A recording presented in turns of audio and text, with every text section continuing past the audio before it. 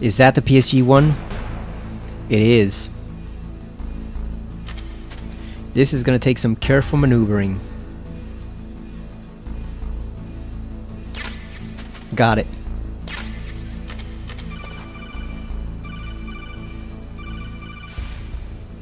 You got a PSG-1. You can use that against Sniper Wolf. Hurry up and save Merrill. Alright, Colonel, I'm on it. As soon as we get out of these lasers over here. God damn, motherfucker. Hello everyone. Welcome back to Metal Gear Solid 1 Integral. So, when we last left off, Merrill had gotten wounded by Sniper Wolf, which means we have to go track down the sniper rifle so we can go fight her. Which means having to go all the way back to the weapon storage level, all the way at the beginning of the game.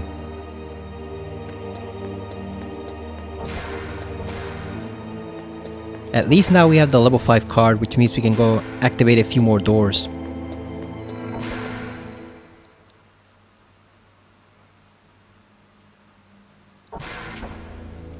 How long has it been since we last played this game? A couple weeks at least?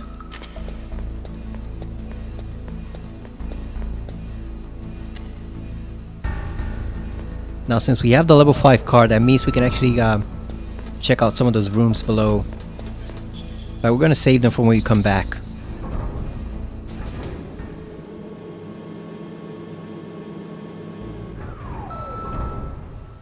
How are you all doing today? I'm not bad.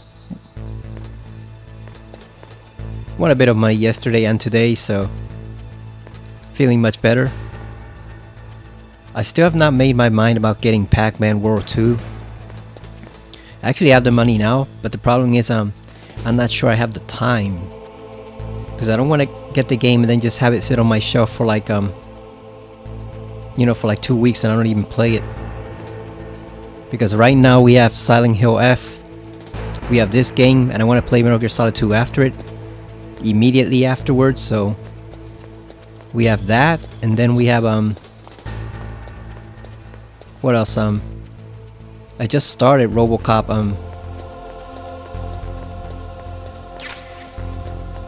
Unfinished Business.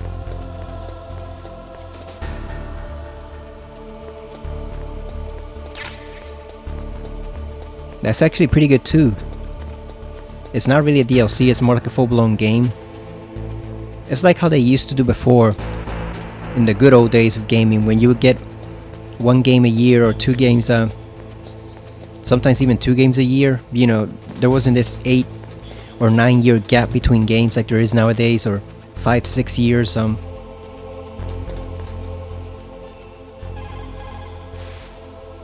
Didn't you just hear that there's a sniper rifle in the second floor basement of the tank hangar? Go get it and save Merrill. Alright, I'm on my way, Colonel. You don't have to bitch at me. I'm a professional. I know what I'm doing. We do need the chaff because the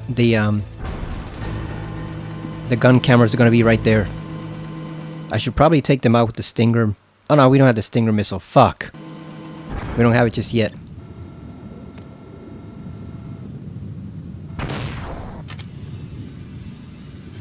And let's use good old-fashioned thermal goggles just to make sure we don't... Oh shit, look at that. God damn, look at this fucking minefield. That's what I wanted to avoid. God damn, they got gun cameras everywhere.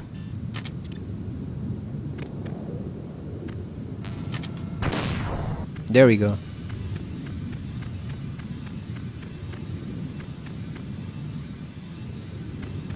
Damn, how many mines did they place in here? It's like they were waiting for like an army instead of just one man.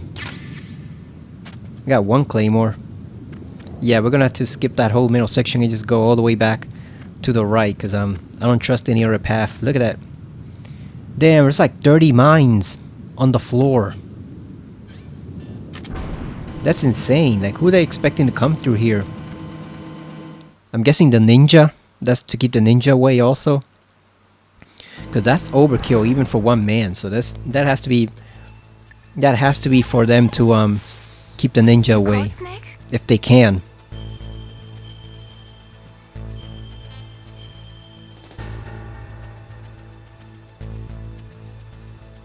There's a Chinese proverb.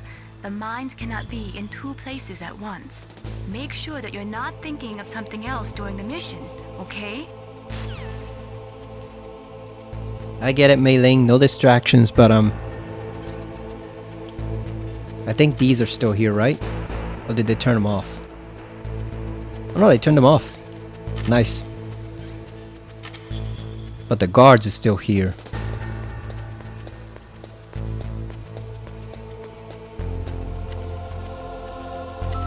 If you press the button twice, it makes the elevator come way faster. That's a neat little trick you can use. Alright, so since we gotta go rescue Meryl, we don't have time for sneaking around, so we're just gonna shoot him. We're just gonna shoot him because why not?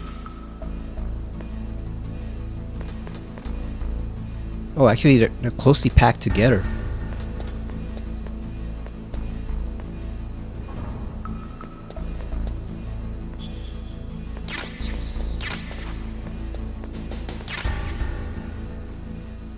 Anyway, like I was saying, with unfinished business, it's not really a DLC.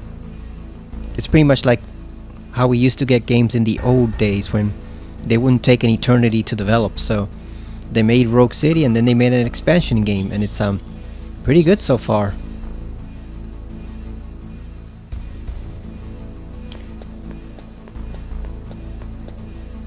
We might have to kill one of those guys because there's too many of them. I think there's like 4.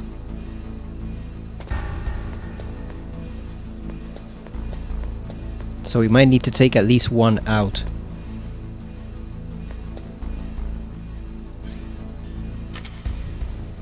Ooh, some trapdoors right there. Got more C4.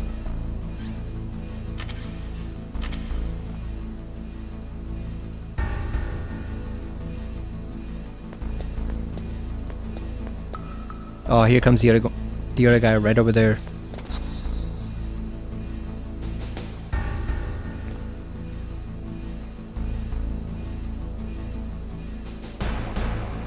Maybe we can get by him. Let's see which direction he turns. Okay, he's going this way. There's no trapdoor right there. Perfect.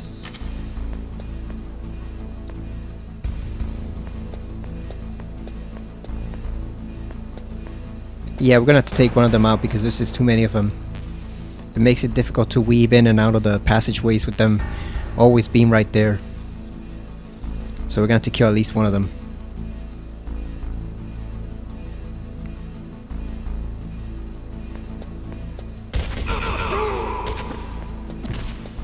There we go.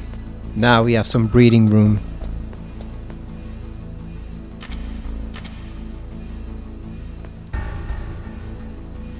I forgot where the PSG one is.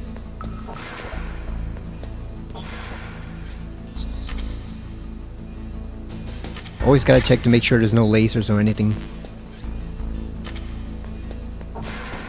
I know it's a level 4 door. There's the one for the FAMAS. We already have enough ammo, so we don't need anything from there.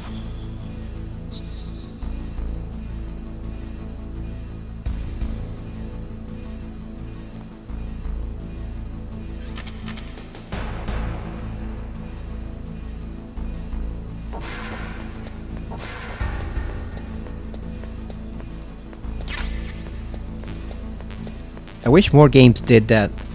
What the RoboCop team are doing, where they actually put out a new game within a year, and it's not some huge epic sequel, but it's still pretty good. Because if you already have the game engine, you already have all the stuff set up, why wouldn't you release a new game? You know, a smaller new adventure. That's what Insomniac did for Spider-Man. Before they released Spider-Man 2, they released the Miles Morales game, which was actually pretty damn good. And if I've got to be honest, it was actually better than the actual Spider-Man 2. Way, way better in some respects, even though it was shorter. And the bonus missions weren't as limited as they are in You know, they were more limited than Spider-Man 2, but the overall game was actually better.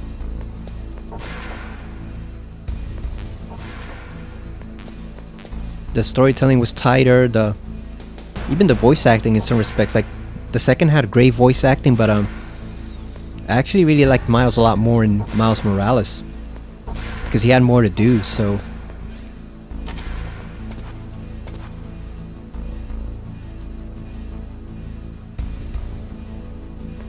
that guy will not go away. Okay, so there's no trapdoor here.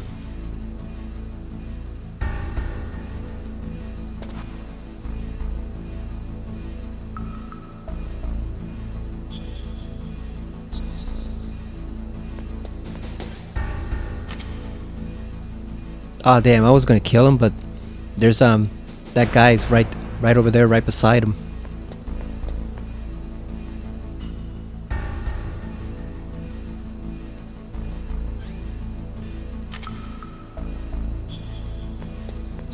I guess we're killing two guys then.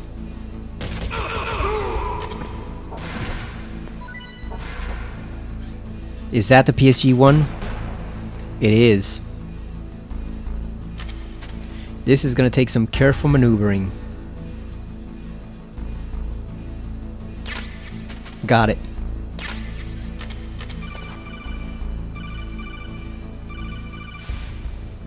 You got a PSG-1. You can use that against Sniper Wolf. Hurry up and save Meryl.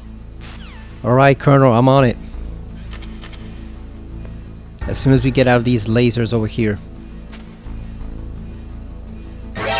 God damn, motherfucker. Did we save? Motherfucker. I think we saved, didn't we? You know, we should just eliminate all of them. That way it'll be no problem.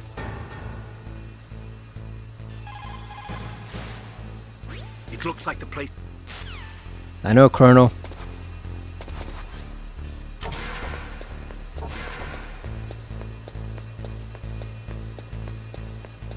Yeah, I think we saved, didn't we?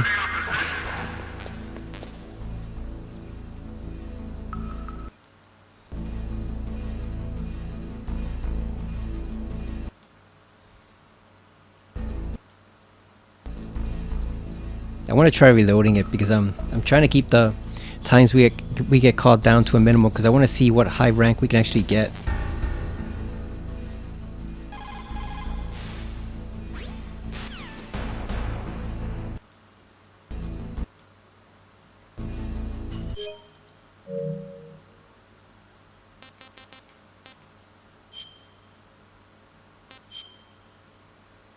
Yeah, let's try that again. It sucks that the lasers are positioned in that way where it's very difficult. You can get in, but it's very difficult to get out. Oh yeah, we were already at the tank hangar.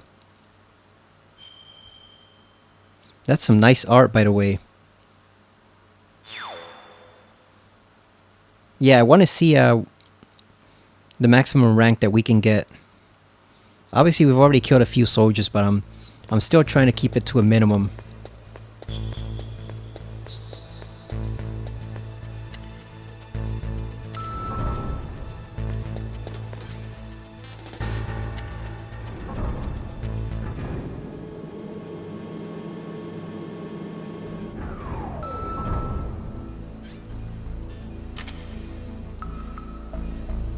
Get rid of this guy.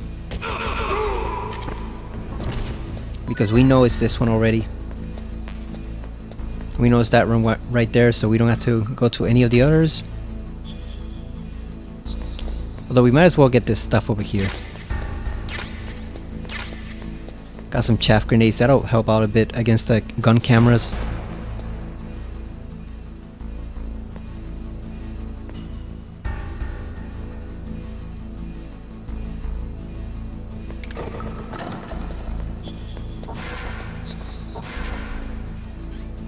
Let's try this again. And you know what, we might as well save here, just so we don't have to take the elevator down. What can I do for you, Snake?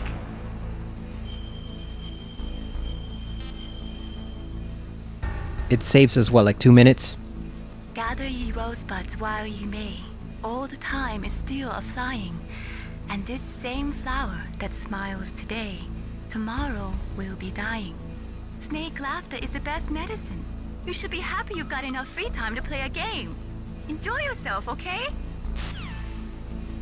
Kojima breaking the fourth wall early. Let's try this again. I don't understand how he got caught the first time. Like, how did he hit the I guess you gotta go backwards. Yeah, I think you gotta go backwards because you try to go forward. You can use that against Sniper Wolf. Yes, Colonel. I think if you try to go forward, his leg is gonna hit the laser. Oh, we got it. Nice.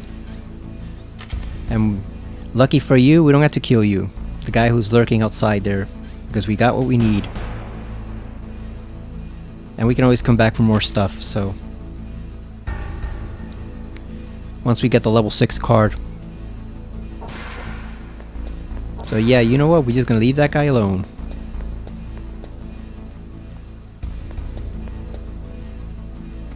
Let's wait until he doubles around before going to the elevator.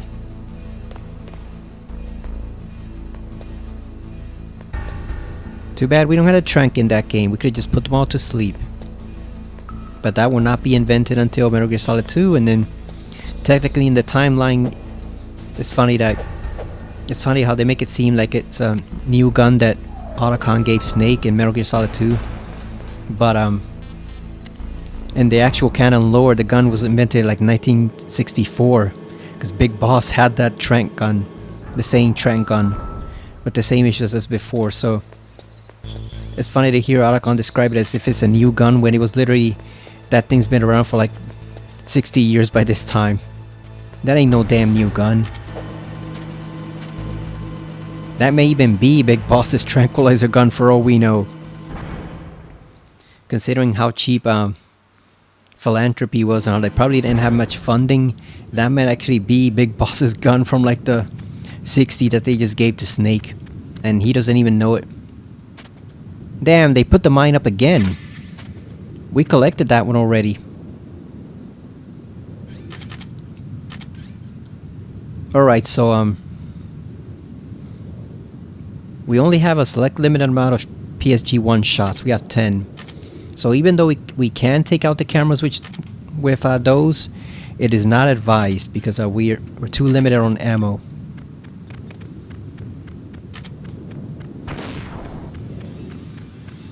We don't have nearly enough ammo for that, so might as well just leave him alone.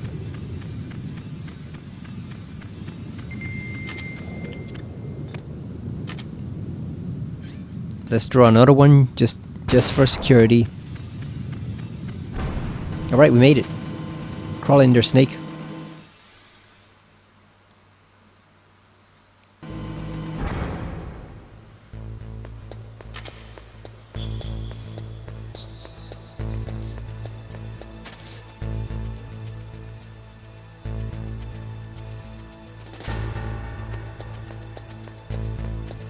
Oh, here comes another guy. God damn. He almost got us.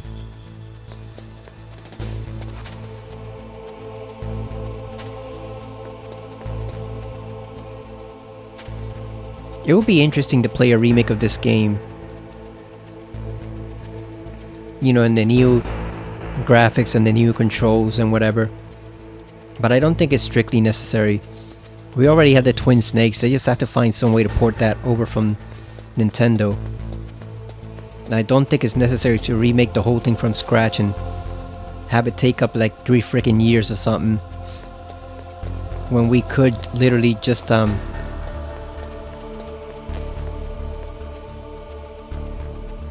we could literally be doing something more interesting. Let's use the box for once.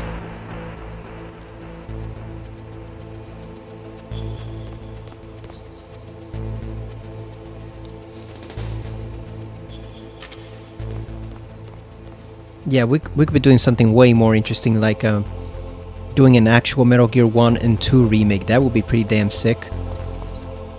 If we could finally experience those games in a playable standard, you know, not a free color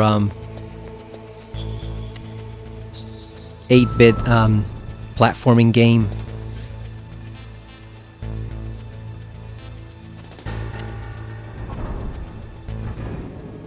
Yeah, that would be pretty sweet if we could actually it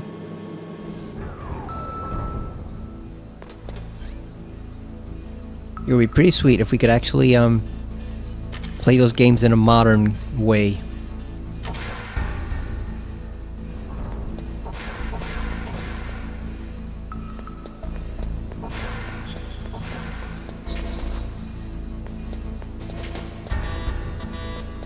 Okay, we need a level 6 card for that. I wanted to see if there was some more ammo there. Got some diazepam. Got bullets for the rifle, but not the sniper rifle. I think they do give you more, but I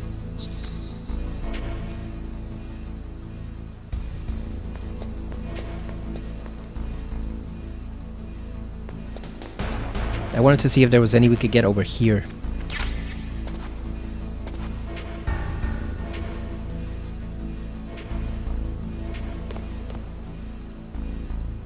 I know they're probably gonna do a Metal Gear Solid remake, Metal Gear Solid 2 remake after this, because it's the easiest thing to do with the system you have for Delta.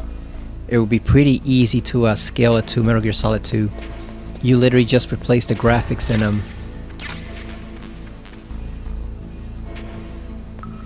and the controls, and it's pretty much it.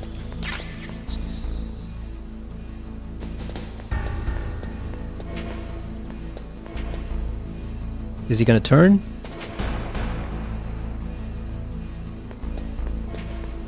Yeah, so they're probably doing Metal Gear Solid 2 next. Because the problem with 1 is that you would have to completely redesign this whole thing.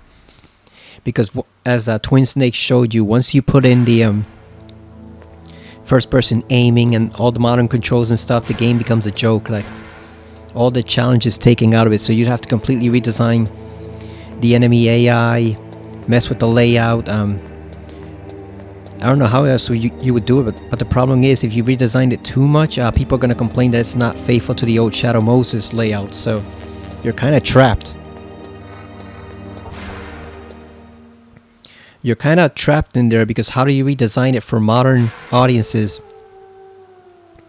while still providing an additional challenge? And I think the only way you can do that is through the enemy AI. You have to scale it up.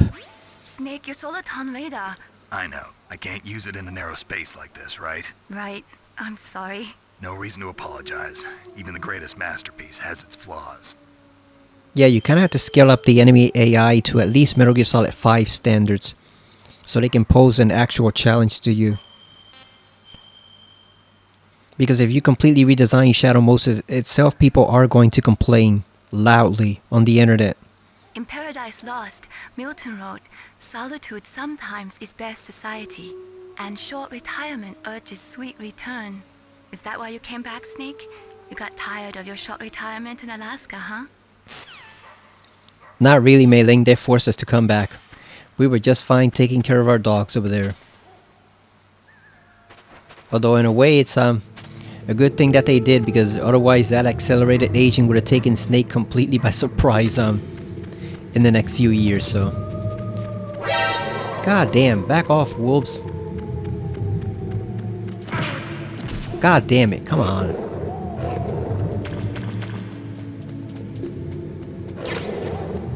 Hey, we got some more PSD-1 bullets.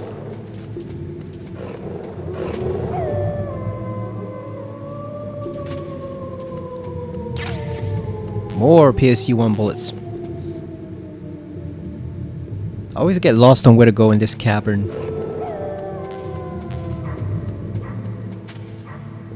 I think the dogs actually follow you in here in the Twin Snakes remake. They actually follow you right in there to pursue you.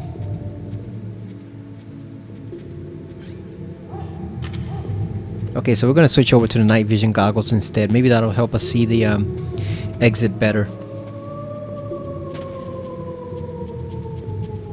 Oh, yeah, look at that one still waiting right over there. Is that the little one? Yeah, that's the puppy. That one's not a threat to us. It's easier when you have the handkerchief from Sniper Wolf later on. It makes it much easier to avoid them.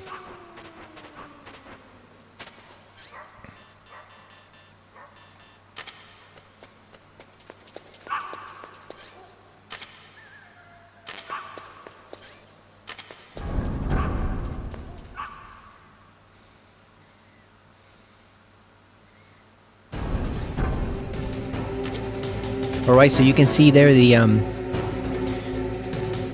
the mines are all gone. And they've collected Merle, so that means somebody's obviously been here besides her.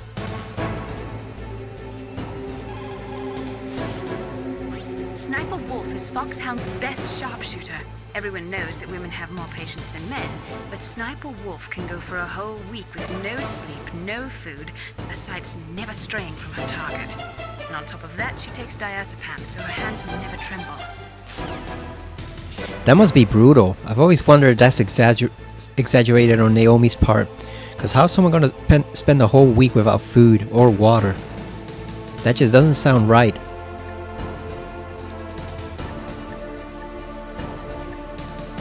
Unless she has nanomachines for that.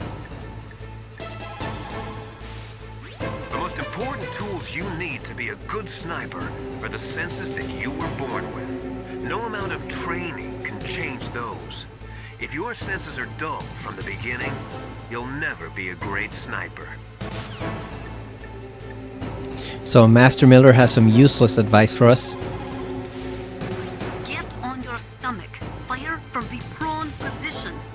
It would be good if you had a tripod or something stable to balance your weapon on. If you do not have that, hold the weapon firmly under your armpit and keep it still with your chin. Line up your target in your scope's crosshairs. Snake's probably had experience handling a sniper rifle before. Maybe not much, but he's had at least some, I imagine.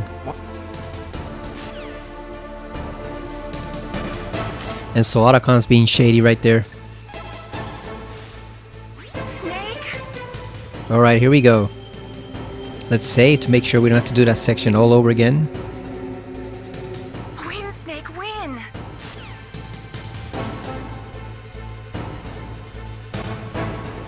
So first, let's take our diazepam.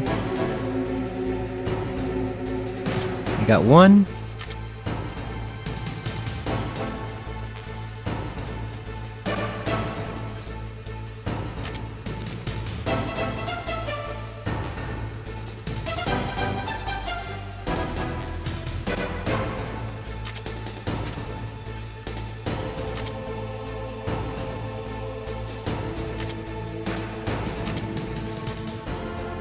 There she is.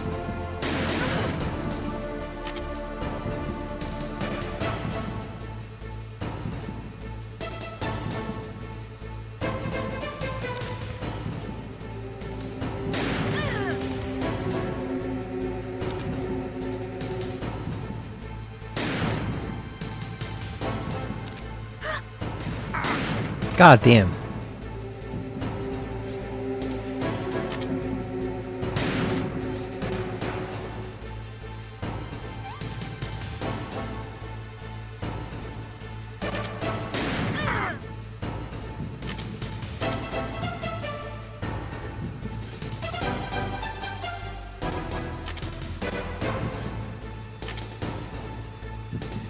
You can see her breath right there.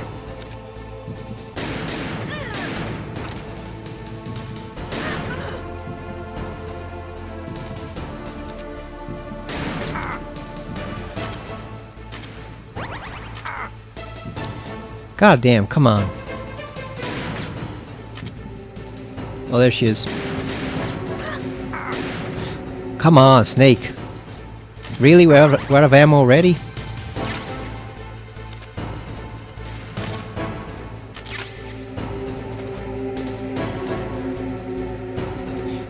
If you used the Game Shark on the old PS1 and you had the Stinger missile, you could just shoot Stinger missiles at her right there and kill her that way.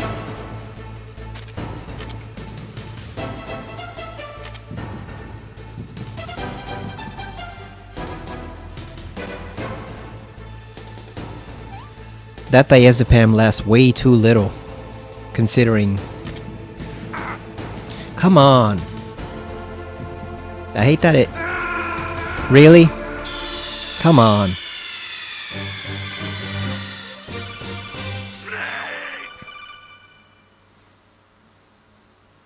I hate that when he gets hit, obviously it's a natural reaction, but his aim shifts all the way to the side. I think there's actually a trophy for also reading all the stuff in here. All these little screens.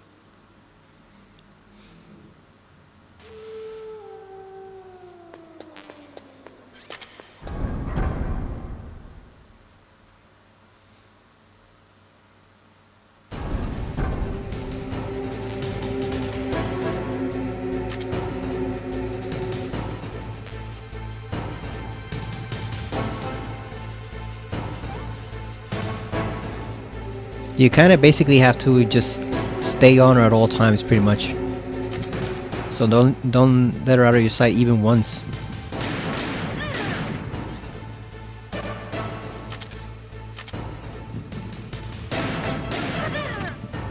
So it's probably better to keep the thermal goggles on at all times, because that way you can see where she is.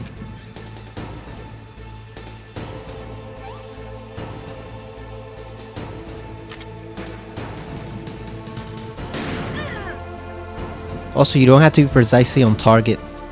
As long as you shoot in her general direction, you can actually hit her.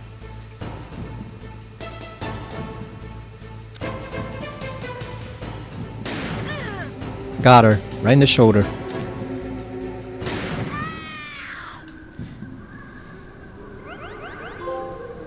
Nice. Oh, it got us with the freaking red with the freaking thermal goggles on. I didn't want to do that. Even though I think these don't take screenshots. I think they just give you the little icon. I think only the second and the third game actually take screenshots. So it should be alright. Yeah, I just didn't want to have those thermal goggles on. It always bugged me at first that the enemies in this game would take multiple shots to kill, compared to Siphon Field, where you could generally just kill an enemy, a boss enemy, in like 3 shots, or just kill even the last guy. You could just kill with like 1 shot to the head if you could catch him, or with a gas grenade or whatever. So the bosses there actually died the way real people would if you shot them once or twice in a vital spot. But obviously the explanation is that it's a video game, but also I like what one fanfic writer did, who was actually former military himself. It was different from your usual sort of fanfic writer, because he was genuinely a military guy. I like what he did with especially with the Ocelot fight, where Ocelot had a bulletproof vest underneath his duster jacket, which makes sense because you know damn well Ocelot wouldn't go into that duel with Snake without having some type of protection on there, because he knows Snake is fully capable of killing him, and he's too important to let himself get killed like that. So at least in Ocelot's case, it makes sense that he would have a bulletproof vest under there, so that when Snake shot him multiple times, he couldn't actually kill him. I don't remember what he did for the Sniper Wolf boss fight. Maybe he didn't even get that far. I don't remember if he completed the fake or not, because it was basically a novelization of Metal Gear Solid 1. Because there is an actual novelization of Metal Gear Solid 1 out there, but it's not really a good one. I've heard it's actually very basic. Snake, wouldn't now be a good time to save your mission? What's going on? I'm not sure. I'm getting a bad feeling. Bad feeling. Like a premonition or something.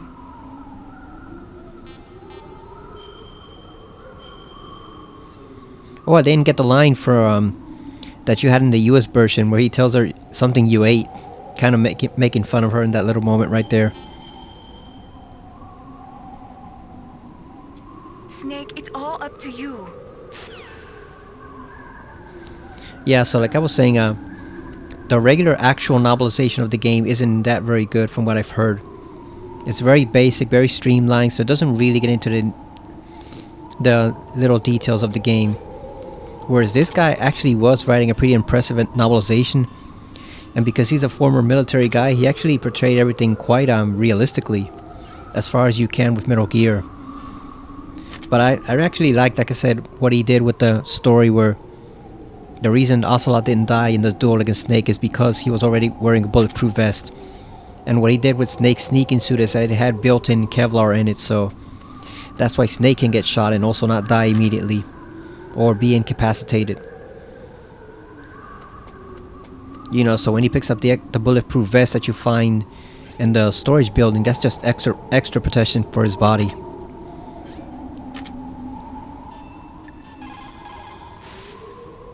Good job with Wolf. Is Meryl okay?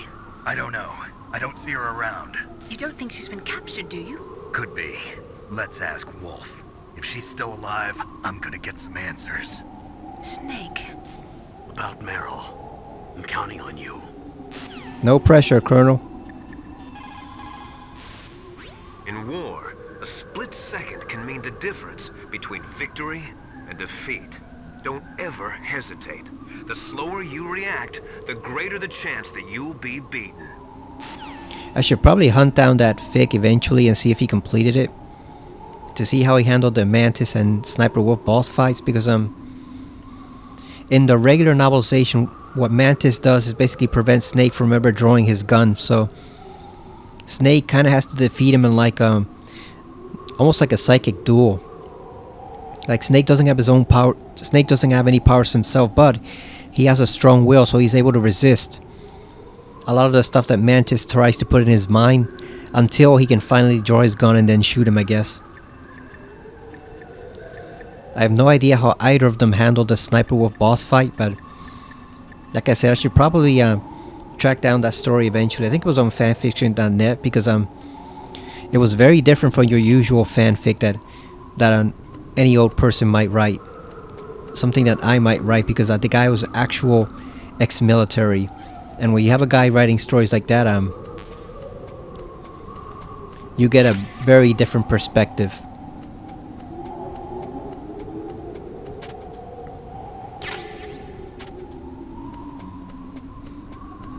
You had that guy, and then you had another guy who was a big fan of the Mac Bolan series of books. Okay, so you can see the blood trail, so Wolf is gone. I think that guy might have been ex-military too, so it's very different perspective, a unique perspective when you have these actual ex-soldier guys writing stories for games like this, where they can get into the really hardcore details of stuff that other people might normally ignore. So I always thought it was a very interesting perspective in the game.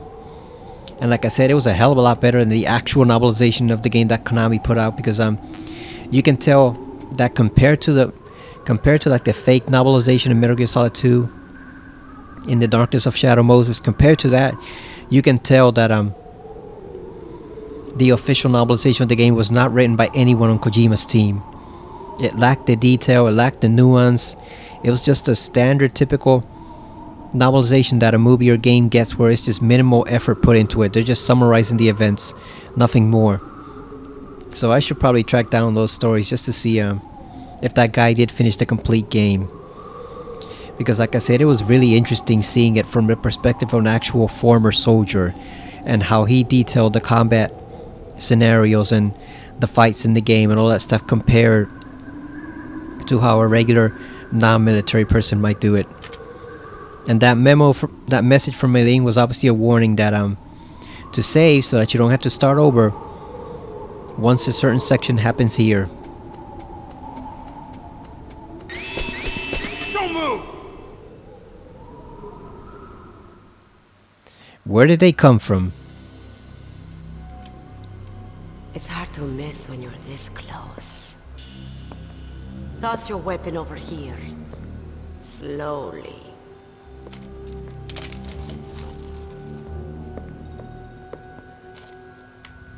You are a fool to come back here.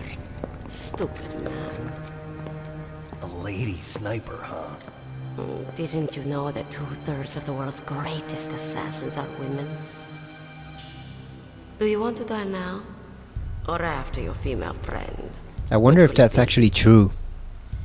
I'll die after I kill you. Is that right? Well, at least you've got spirit.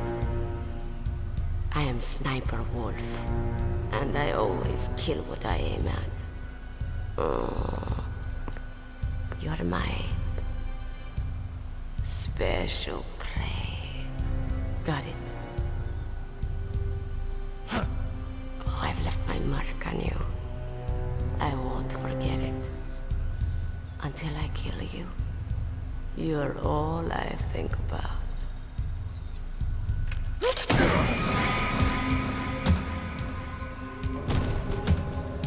Take him away.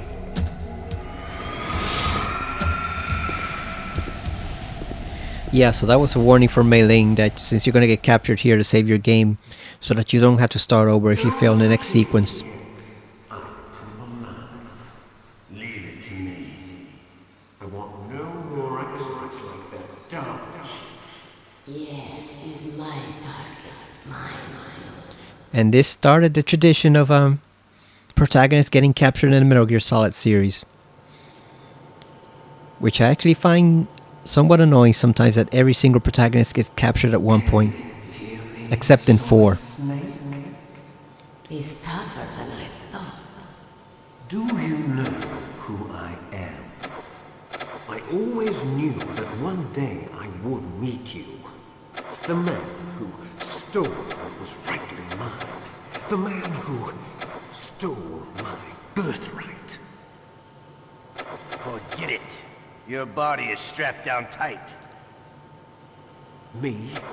I'm the man you stole everything good from. And now, after the sacrifice of our brothers, after 30 long years, finally, the two of us meet. The brother of light and the brother of dark.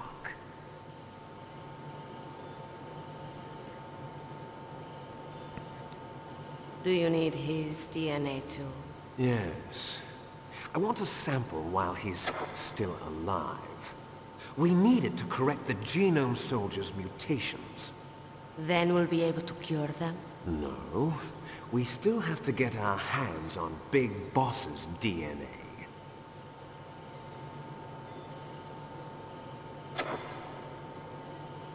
Have they given in to our demands yet? Not yet. They won't give in. They're all hypocrites, every one of them. Is that your opinion as a Kurd? They always put politics first. That's right.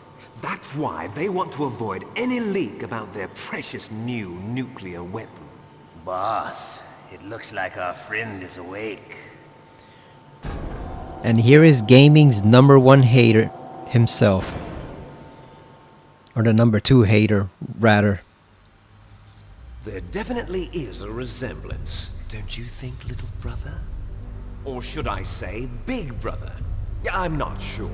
Anyway, it doesn't matter. You and I are both the last surviving sons of Big Boss. So that's Cam Clark. It's Obviously, me. James Flinders is not his real name. Really? Then what? Oof, those idiots! All right, Raven. I'll be right there. They're not responding to our demands. We launched the first one in 10 hours as planned. Damn Americans. Looks like you read them wrong. Something's funny. Normally the Americans are the first ones to the negotiating table. They must think they've got something up their sleeves. So it's come down to it, has it? We're going to launch that nuke and ride it all the way into history. I've got to take care of some launch preparations. You're in charge here, Ocelot. What about you? Want to stay for the show? I'm not interested. It's time to feed the family.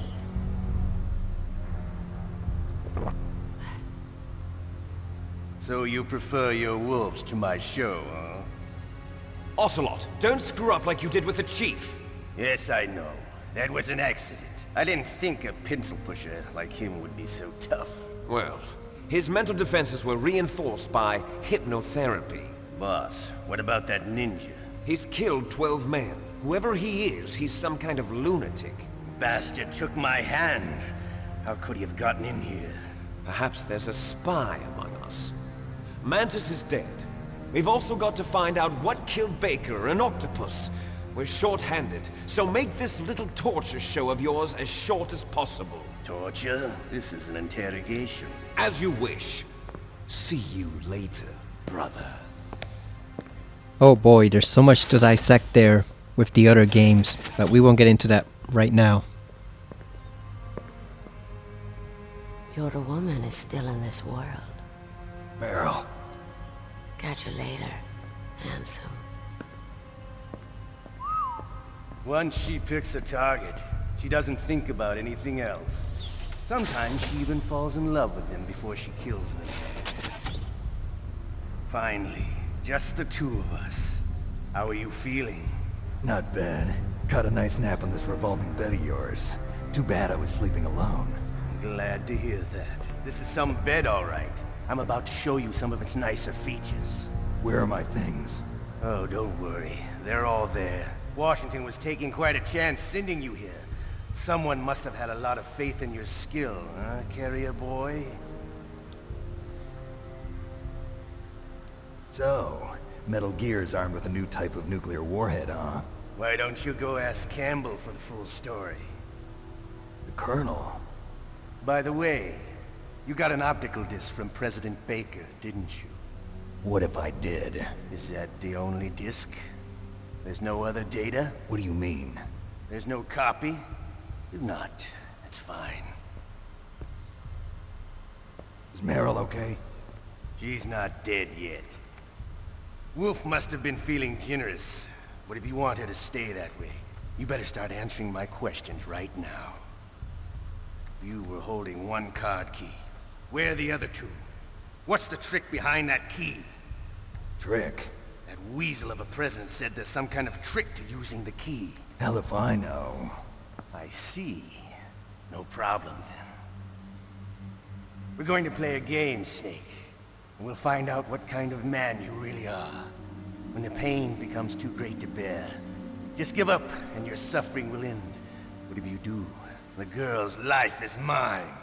So we're gonna save Meryl because we're not doing a second playthrough for Press the other circle ending. button repeatedly to regain your strength. When you've had enough, press the select button to submit.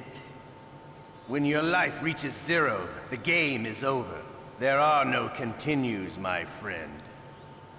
Don't even think about using auto-fire. That was for those auto fire controllers on the PS1. I'm going to run a high-voltage electric current through your body. If it's just for a short time, it won't kill you. You're a tough guy, Snake. But I've got some bad news for you. You're no POW. You're a hostage. There's no Geneva Convention. No one is coming to save you. Starting to feel a little scared. Good. You should be. Oh, they didn't include the line where he says, but I never heard that before, Let's get started. which was fourth wall breaking for the players in the US. I guess Japanese Okay, players know here we better. go. They don't need to have every single thing explained to them.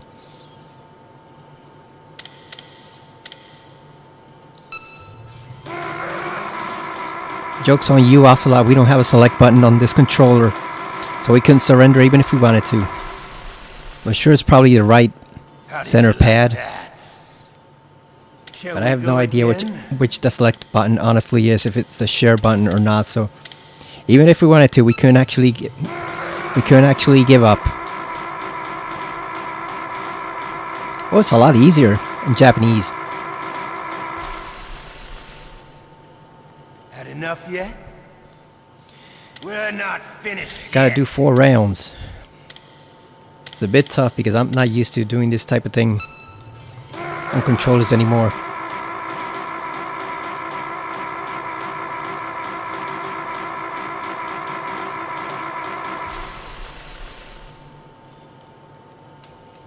You're a strong man. Oh, it's only 3 on Well, Integral? that's enough for now, I Oh, hell yeah.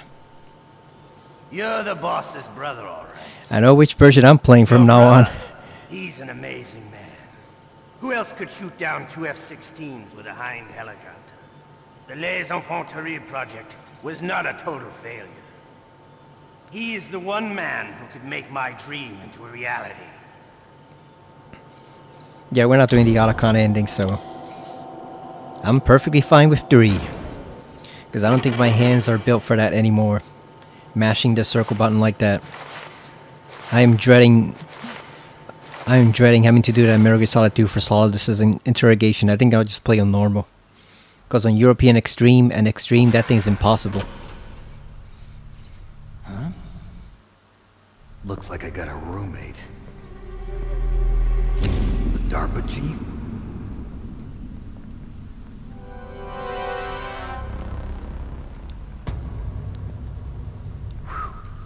What a stench. So once you know who this is a very sad end for him. But I'm not gonna say. Damn, look at the maggots crawling on him. I caught a cold. That witch. She took my clothes.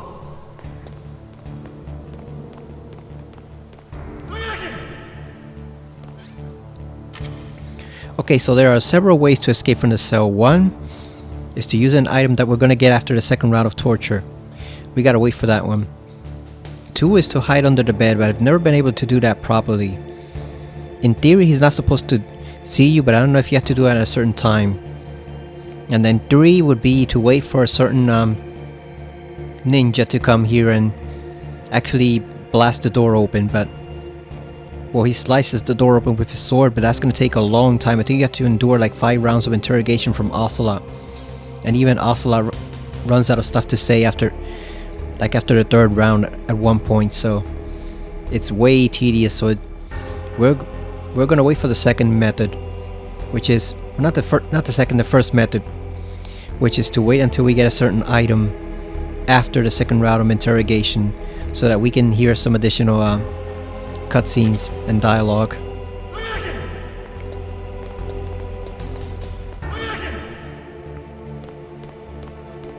So that guy's name is Johnny Sasaki, which I always thought was funny, especially once you play Metal Gear Solid 3, you realize what his family background actually is. It's kind of weird that he would have that name. I always thought he would be Asian or something, but no, he's actually his background is Russian. So I'm not sure how he ended up with the name Sasaki. Obviously, in the real world, they decided on Johnny's background much later, but I mean in the actual in-universe story, I'm not sure how he ended up with that name, considering his background is actually Russian. Snake, are you okay? I've been better. How's Meryl? They've got her. Damn. Snake, the government has decided not to give in to their demands. We're trying to buy some more time. Come on, Colonel. Why don't you stop playing dumb? I'm sorry about Meryl, but I want the lies to end now. What are you talking about? Metal Gear was designed to launch a new type of nuclear warhead, wasn't it? You knew it all along, didn't you? Why did you try to hide it? I'm sorry. Can't tell the grunts, huh? You've changed a lot. Metal Gear, secret advanced nuclear weapons research. Does the White House know about this? How deep does it go? As far as I know, as of yesterday, the President had not been briefed about the Rex project. Need-to-know basis, is that the idea? These are sensitive times. Even subcritical nuclear tests are causing quite a stir. Plausible deniability, huh? Yes. And tomorrow, the President and his Russian counterpart are scheduled to sign the START 3 Accord. I get it. That's the reason for the deadline. That's right, Snake. And that's why we can't let this terrorist attack go public. We still haven't even ratified START 2, or dealt with the issue of TMDs. This has to do with the President's reputation, and America's place as the dominant superpower. So patriotism is your excuse for circumventing the Constitution? Please, Snake. Just stop them. Why should I? Because you're the only one who can. In that case, tell me the truth about this new type of nuclear warhead. I told you before. I don't know the details. I don't believe you. If the situation is so serious, why don't you give in to their demands? Let them have Big Boss's remains. You see... Or is there some reason that you can't do that? Something you haven't told me about? Publicly, the President has been very vocal in his opposition to eugenics experiments. We don't want the existence of the Genome Army to go public. And that's the only reason? Huh. Hell with you. I'm sorry. The corpse of the DARPA chief is lying right here next to me. Oh man. But it's strange. He looks and smells like he's been dead for days. All his blood's been drained out too. Drained. Maybe to slow down decomposition? I have no idea. But the chief only died a few hours ago, right? Right, but he's already started to decompose. What could it all be about? Something in his blood that they wanted? I doubt it. Just the nanomachines in the transmitter. Did the chief tell them his detonation code? I'm afraid so. It looks like they've got both codes and are nearly ready to launch. Damn. Is there any way to prevent it? It seems that there's some type of emergency override device that can cancel out the detonation code. It's a countermeasure that Arms Tech installed secretly. You have to unlock it with 3 special card keys. And where are those keys? I've got one of them. I don't know where the other 2 are. Besides, I'm locked up here. We've got no choice. Forget about the keys.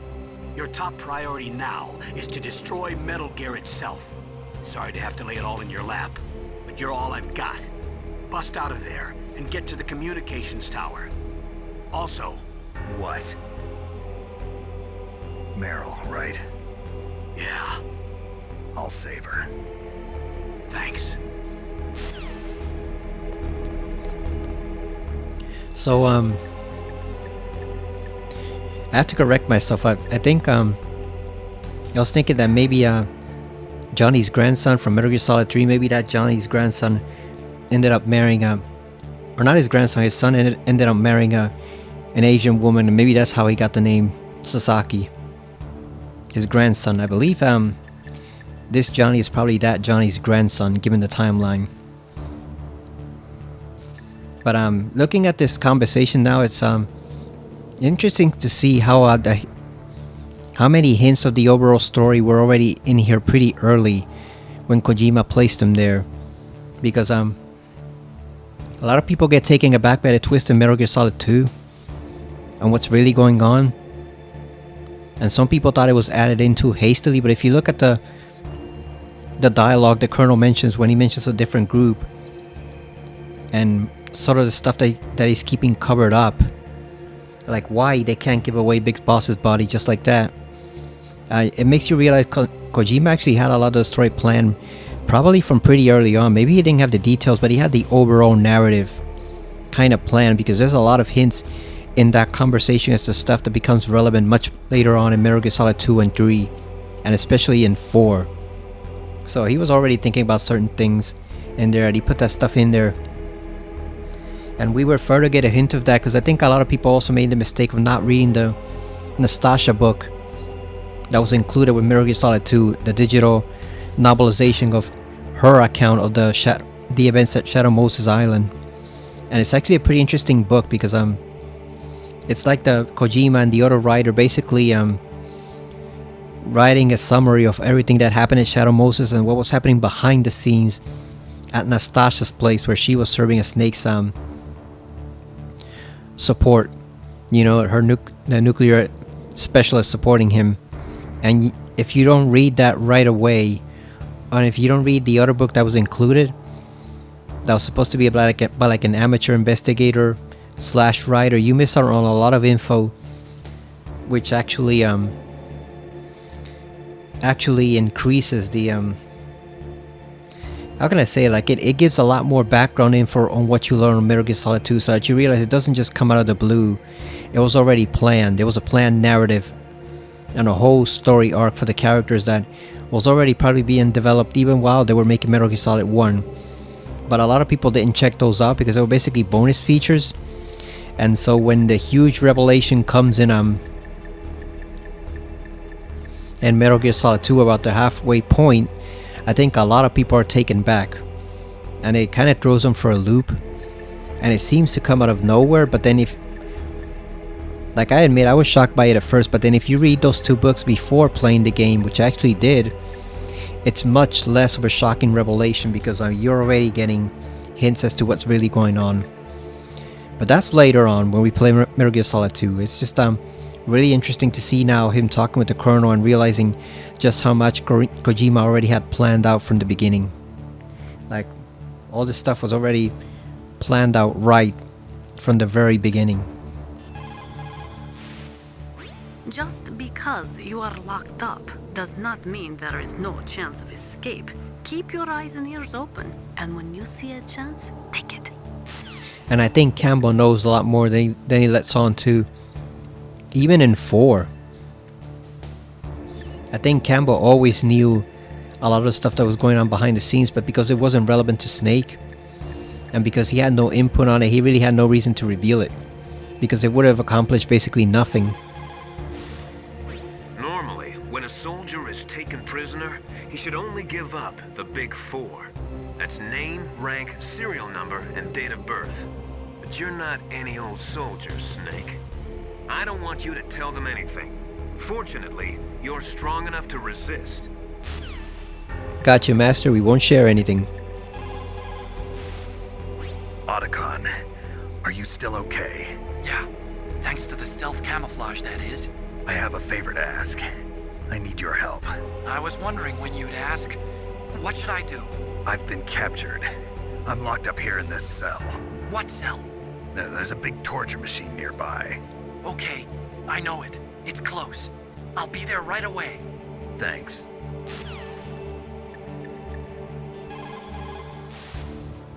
The guard is only human. He has to sleep and go to the bathroom like the rest of us. That'll be your chance.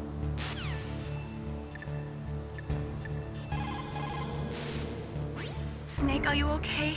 I feel so scared for you. It must be horrible. I've been through a lot worse. Believe me. Wow, you really are a hero. It's a good thing the codec is connected directly to your inner ear. You can contact us anytime. It's always nice to hear that you're alright. Yeah, he has. Contact the Colonel. If anyone can think of a way out, it's him. Also, all this political stuff went way over my head when I first played this game. I didn't fully appreciate it, but I still knew enough to know this was different from the usual video game. Way different. You know? Please, Snake, don't give up. Because I don't remember if I played Soul Reaper before this or after this. But those were pretty much my first 2 experiences.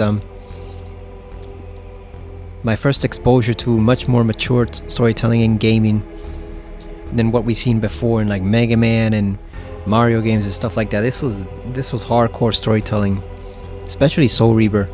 Like I said, I don't remember which one I played first, whether it was Legacy of Kain or whether it was this one, but this combined with the voice acting in both games pretty much showed me that games could be a legitimate storytelling force in the world. And nowadays, video games arguably in some respects have surpassed a lot of shows and movies, because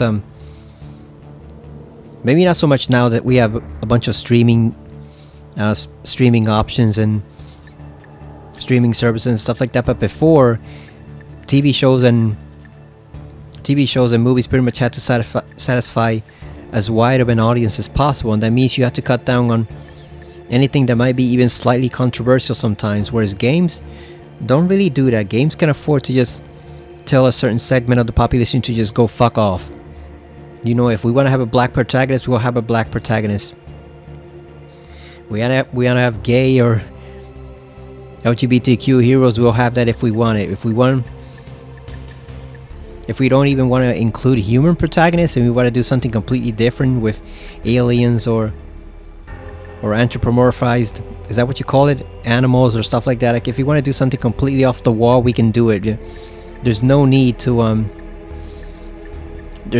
play it the safe route every single time, like the way a lot of TV shows and movies have to do, because you're afraid of offending even the slightest bit of the audience. So what I found is like a lot of video games have probably surpassed TV shows and movies by a lot. Because if you look even at like the Persona 4 or Persona 3, I mean, just the way, and this was brought up when the game was first released, just the way that they summon their personas by putting the gun-looking device to their head and pulling the trigger, that alone would have people protesting if it was on a TV show or movie back when it was released. You know, all those conservative religious nutsos would have been protesting. They would have been protesting right there. Because, oh, it's encouraging suicide. No, it's summoning otherworldly entities to help you fight. But then even that, with the spells and everything, even that would be even that they would have protested. Oh, it's teaching kids how to use magic and stuff like that. All sorts of bullshit that video game audiences just don't have to worry about. Silent Hill, like I always thought Silent Hill would be very controversial if it was filmed. But the problem with Silent Hill was, of course, by the time it was filmed in 2006, it was done wrong, so it didn't have nearly as much of an impact as it could have had they filmed that story properly. Because the critique of religion and child abuse and what religious people do to their kids is very, very heavy in that game, and I can see that. I can see a lot of Christians and religious protesters instantly being offended if that had been portrayed properly. Shut up! Shut up in there, will ya?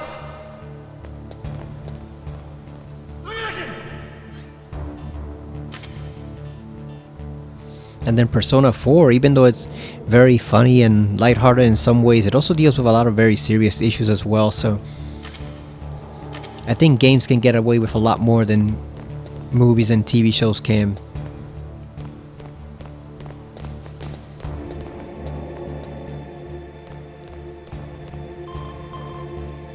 Snake, it's showtime. Ocelot wants you.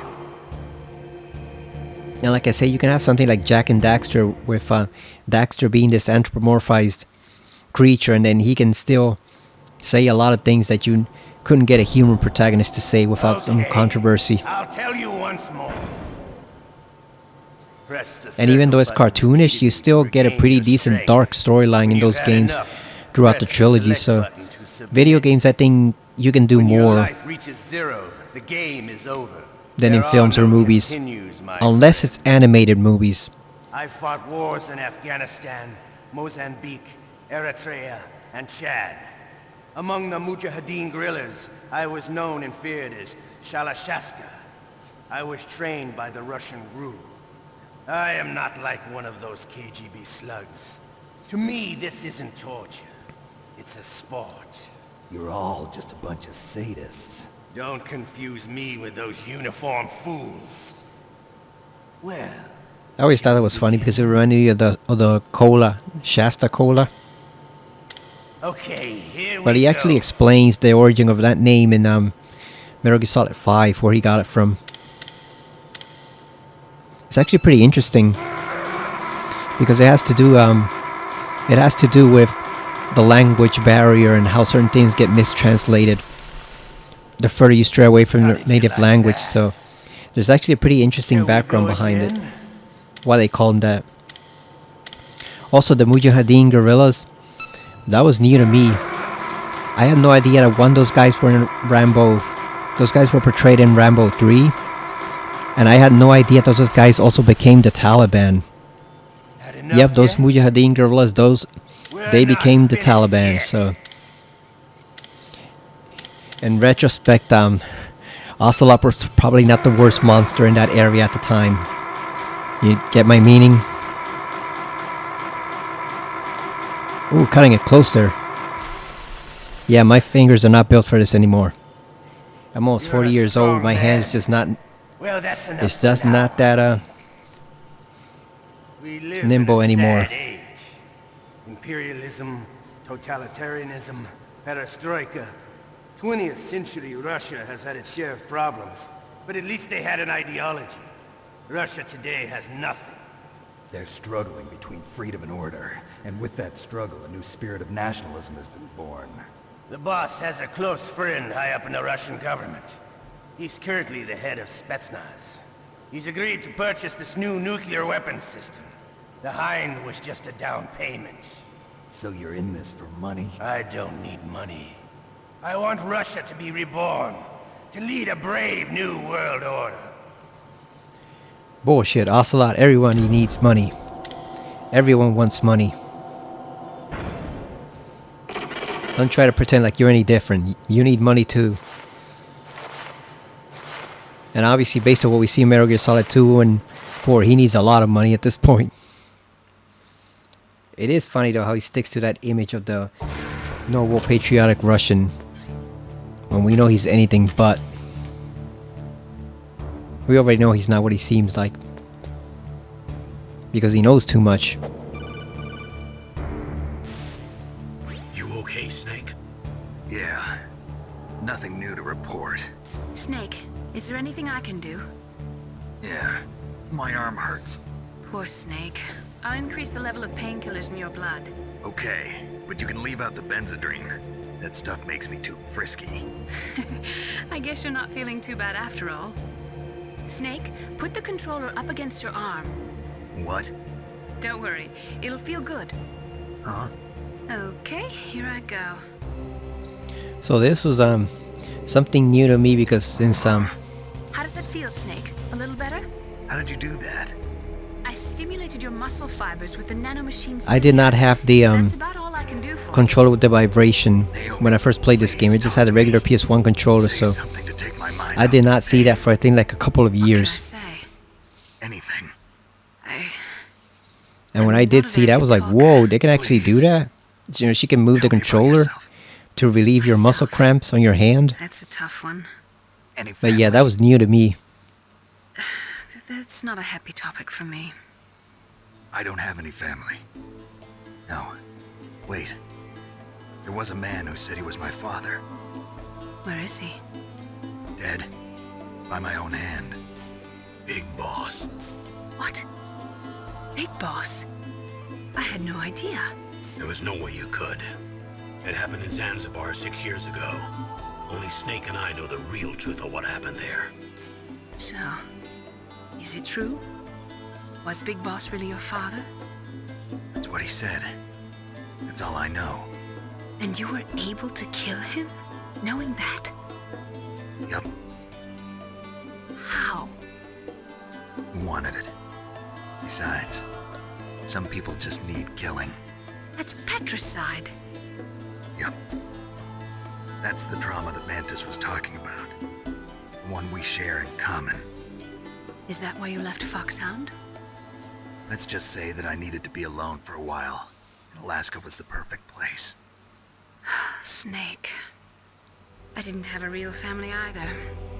Just a big brother who put me through school. We weren't even blood related, and he was much older than me. Where is he? He's dead. I'm sorry. Snake, is there a woman in your life? After you've been through as many wars as me, it's hard to trust anyone. Friends? Roy Campbell. You're still calling me friend? Is that it? No. There was another. Frank Yeager. What? Big Boss's most trusted lieutenant. And the only member of Foxhound ever to receive the code name Fox. Gray Fox. I learned a lot from him. But didn't you try to kill each other? It's true. We did, in Zanzibar. But it was nothing personal. We were just professionals on opposite sides, that's all. And you still call yourself friends? Hard to believe. War is no reason to end a friendship. That's insane. I first met him on the battlefield. He was being held a prisoner of outer heaven, but he didn't look like a prisoner to me. He was always so cool and precise. I was still green, and he showed me the ropes. You knew him well? No. We never talked about our personal lives. Sort of an unwritten rule. The next time I saw him on the battlefield, we were enemies. We were fighting barehanded in a minefield. I know it sounds strange to most people, but we were just two soldiers doing our jobs. It's like a sport. Men and their games. You're like wild animals. You're right. We are animals. So if you were friends, then how do you explain the ninja's behavior? I don't know. It's your genes. They make you predisposed towards violence. You really like talking about genes, Naomi. Why did you get into genetic research anyway? I never knew who my parents were, or even what they looked like. I guess I got into genetics because I wanted to figure out why I am the way I am. So you studied about DNA? Yeah. I thought if I studied my genetic structure, I'd find out who I really was. I thought that by analyzing a person's genetic information, I could retrieve the blank spots in that person's memory. Memory is stored in DNA? We're not sure, but we know that a person's genetic fate is determined just by the sequence of the 4 bases in their DNA. So what about my fate? You know my DNA sequence, don't you? Your fate? I'm sorry, I have no idea. Of course not. You're a scientist, not a fortune teller. That was pretty rushed. You notice the disdain she shows there when she's talking about how Snake is related, that stuff about the war, and Frank Yeager. That'll become relevant later on. How dismissive she sounds of it. Why don't you contact the Colonel? If anyone can think of a way out, it's him.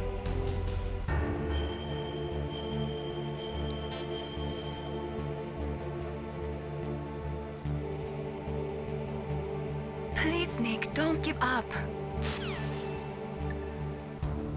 So it's interesting that Campbell says only he and Snake know the real truth of what happened at Zanzibar, because if you read the summary of Metal Gear 2 that was included with the original PS1 game, and I assume it's also included here, there is no mention of Big Boss being Snake's father at all.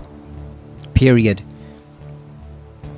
All it gives is just like Big Boss's final quote about the survivor having to live to continue on fighting in wars as Outer Heaven burned around them, and there's literally no mention of it. So that was basically like a huge plot twist, I guess, for anyone who had played the original 2 games and was looking forward to this as a sequel. You know, I'm sure there were some fans around, maybe not many, but there were some fans around, and that was a pretty big plot twist that was not mentioned in either of the original games. I don't think it was mentioned in the original game at all.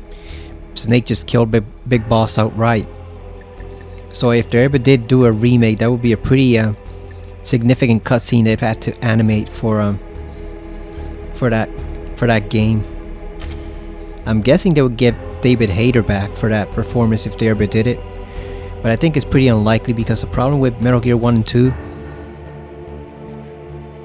is that even though it would be great if they did it, they'd have to completely retrofit those games for a modern age. They'd have to completely redesign the bases for Outer Heaven and Zanzibar Land.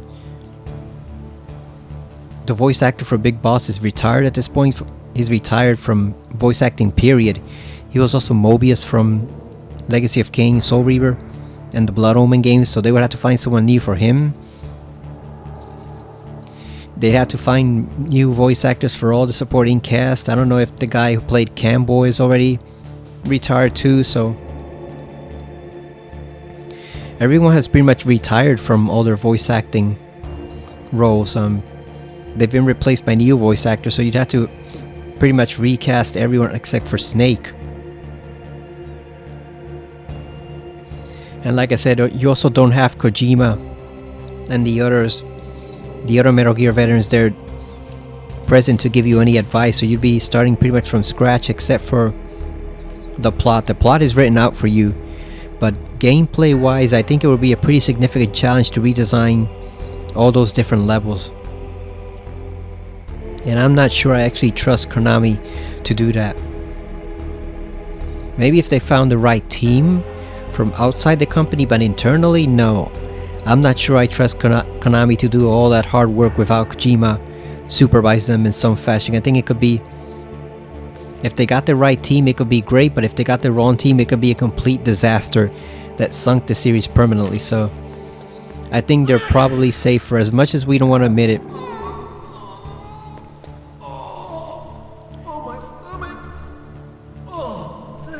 They're probably safer sticking to just remakes of Metal Gear Solid 2. Remastering 4, which you're probably doing for the Master Collection Volume 2, and then maybe, if they want, taking a stab at a Metal Gear Solid 1 remake just to close it out. If they don't want to invest the time and effort to port Twin Snakes over, because it's too much of a legal problem, because nobody really knows who owns that series. I assume Nintendo owns that entry in the series, because Silicon Knights is dead. They took themselves out with a stupid lawsuit against Epic Games. And frickin' Dennis Dyack, who was a complete moron too, So they're gone. They have no stake in it whatsoever. And Konami has never ported it to anywhere else, so I assume Nintendo owns it. So if Konami doesn't want to bother to get permission from Nintendo to port it, or if they don't want to encourage them to put it on Nintendo Online, which is what they should do, they should include it on GameCube games now that we actually have a Switch 2 that can play them. You know, they might want to take a stab at remaking Metal Gear Solid 1, maybe to close out the series in that fashion. You know, or maybe they'll just remake Peace Walker, but yeah, I would love to see them tackle Metal Gear 1 and 2. I'm just not sure they can actually do it, because Konami is still a bit of a screw-up. They're relying heavily on teams from the outside, and that can be either good or it can be bad. Oh, here comes our ghost friend. Not the ninja, the other ghost friend. Hey, I'm here. Where? There we go. So, also on Twin Snakes, when this conversation happens, Snake actually slams against the door. For some reason, they made Snake much more violent in that game than he is over here, and I think it kind of takes away from his character. Like, it makes him seem reckless, you know, like he's a loose cannon, and he's really not that at all. Liquid's the loose cannon. Oh, and when I said earlier that Liquid's the #2 hater in video games, it's because the #1 spot has now been taken by Rinko from Silent Hill F. That girl is the biggest hater I've ever seen in a video game, by far. She even surpasses freaking Liquid Snake. The only other fictional character I can think of that's a bigger hater than either of them, or both of them combined, is basically Reverse Flash from the DC universe. Other than that, like, when it comes to video games, I think Rink was by far the biggest hater I have ever seen in a game, period. She surpasses Liquid Snake in pettiness and jealousy and hatred, so he used to be #1, but now he's #2. Thanks to good old Rinko. Wow, they even capture you. Hurry, get me out of here. Let me go, that hurts. Hurry up. Is that how you ask a guy a favor? Let me go. See, he kind of slams him there a little, but he really slams him in the remake on Twin Snakes. Because of him. Yeah, it's the DERPA chief. You don't hurry up and get me out of here, I'll be laying next to him.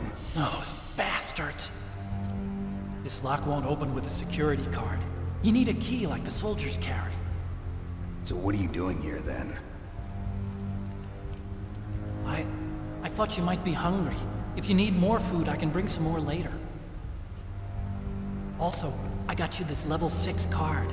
It'll get you out of that torture room. Here, take this too. What's this? It's a handkerchief. I got it from Sniper Wolf. Why? I don't know why, but she's nice to me. Sounds like Stockholm Syndrome to me. I was taking care of the dogs here. After the terrorists took over, they were planning to shoot all the dogs. But Sniper Wolf stopped them. She even let me feed them when I asked. She likes dogs. She must be a good person. Please don't hurt her. Wake up, you idiot. She's the one who shot Meryl.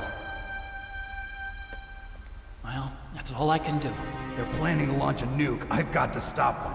Then you have to get past the communications tower. First, you have to get me out of here. Come on, I'm trying my best. That guard's got the key. You'll have to take him out. Give me a break. I'm no soldier. I can't take anybody out. You have to. I'll be killed.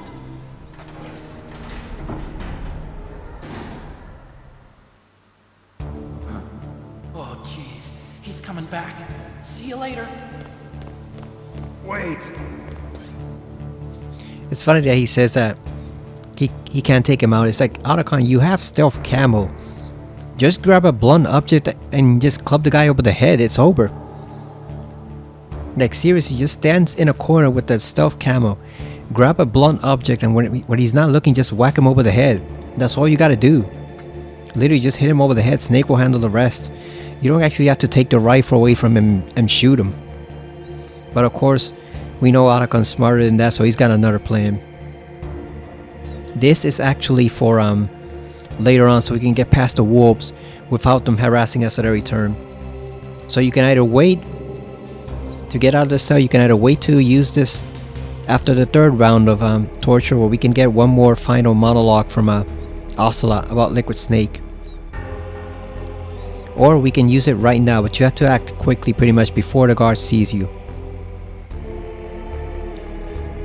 So as much as I'd want to hear that final monologue from Ocelot, I think we're gonna skip it. You can look it up on YouTube if you want. It's nothing significant, it's just him complimenting Liquid Snake. So we're gonna skip it. I'm gonna use the ketchup. There you go. And you gotta use it like that. You can't use it from the menu.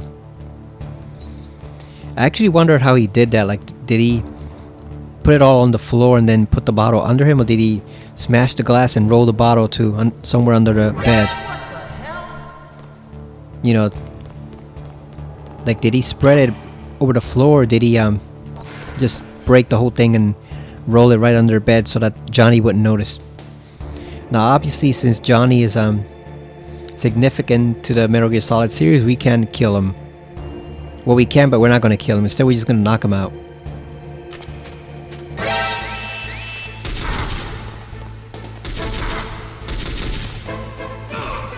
Come on, Johnny. There you go. And of course, since it's Johnny, he has to fall down with his ass facing up. Ass upwards. That's the way Johnny falls down to the floor. And we're out. Snake, wait a minute. You forgot to take your Wait, that was the wrong guy. It's probably being kept somewhere close by. So, you figured out what I had in mind, huh? I can't believe it actually worked.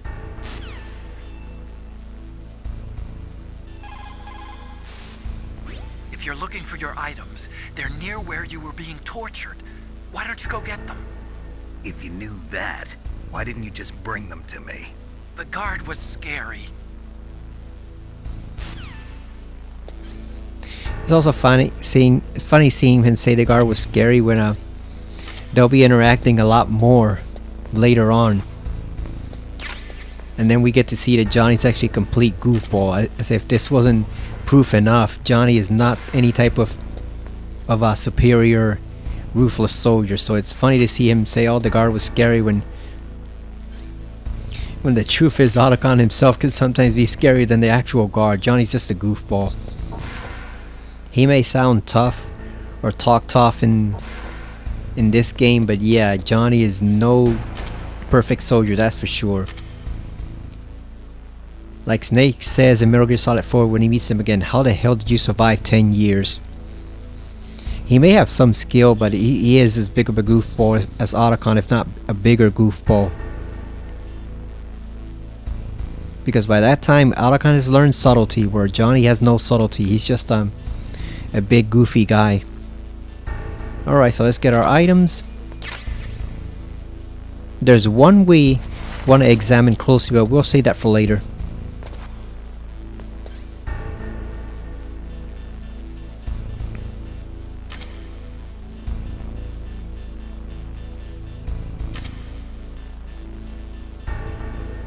There it is, that timer, that's a bomb. But we're actually gonna save it because I want to get the message from Gray Fox. Or not Gray. Yeah, Gray Fox telling us to throw it away. I'm sure this bathroom must smell lovely after Johnny's been in there multiple times repeatedly. Alright, so we can take out the can we take it out with a PSG-1? Let's see. Ah, damn, we can't reach. We can't reach that high. Can we do it over here? Nope. Ah, because the thing is, I think in Twin Snakes you can aim the PSG-1 standing up, which means you can aim upwards right there. But since we're not on the Twin Snakes version, we can't do it. So, gotta resort to a good old chaff grenade. All right, we are out of here. Now, one place you do want to go before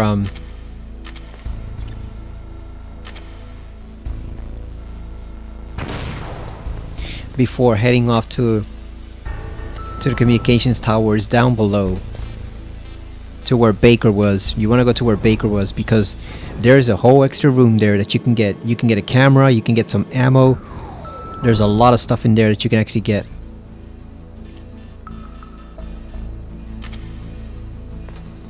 So you want to take a quick trip over there before you go over to the communications tower, because you're not going to be coming back. So is he going to go this way?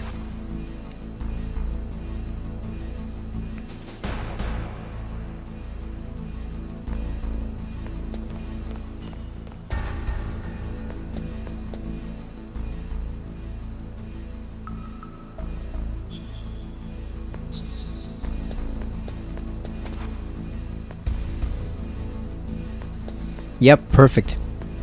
He went exactly where we needed him to. I think I actually missed this corridor the first time I played this game, because I didn't realize you could go back here again. You see, it's the wall cemented over, so you just plant some C4 on it and you just blow it apart.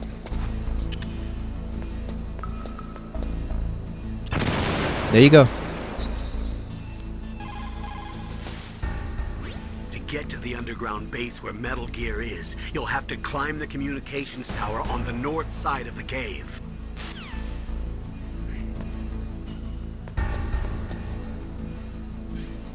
But you want to be careful, because there is a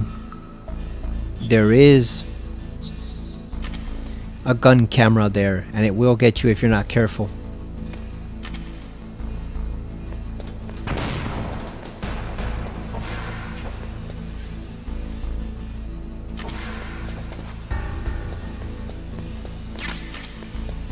There's a camera.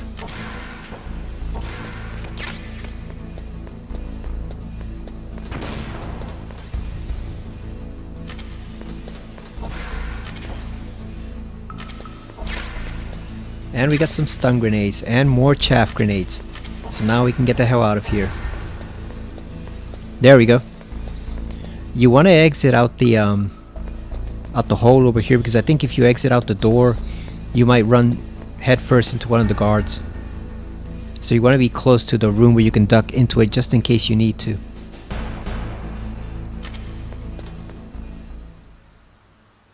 And the camera actually lets you take out ghost pictures. Actually, we should probably take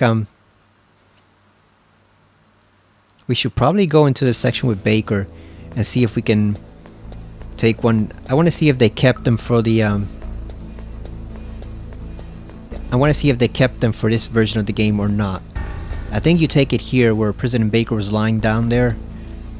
Who knows what happened to his body, but now that we have the camera, let's see.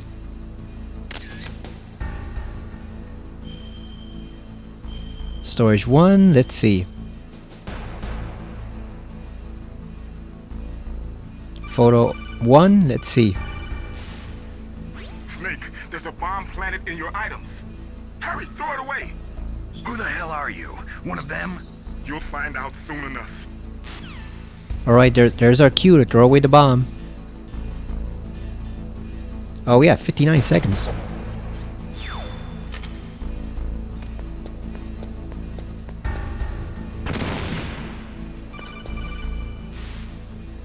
That was a close one, Snake. Ocelot, you'll pay for that. That Deep Throat's a real enigma. He's definitely from inside their ranks. Is he an informer? Maybe some kind of renegade? I've got the feeling there's some other force at work here.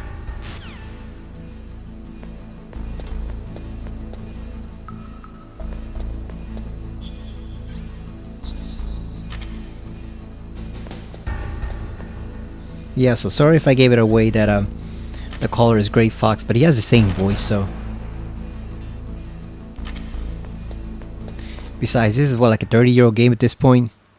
Almost a 30-year-old game.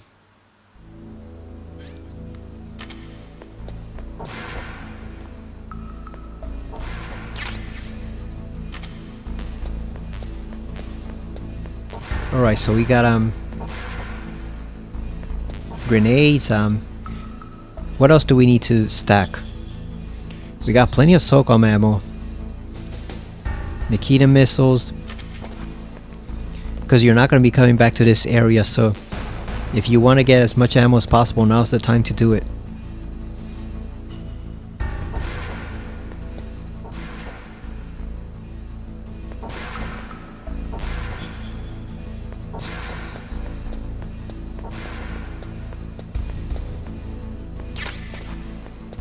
More SOCOM bullets.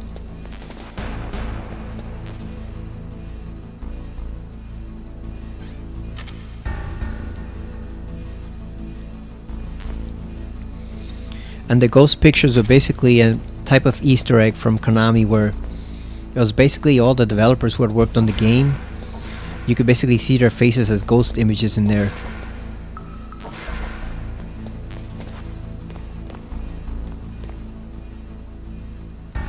It's a good thing the guards don't open the doors when they walk by, or else they would see him right there.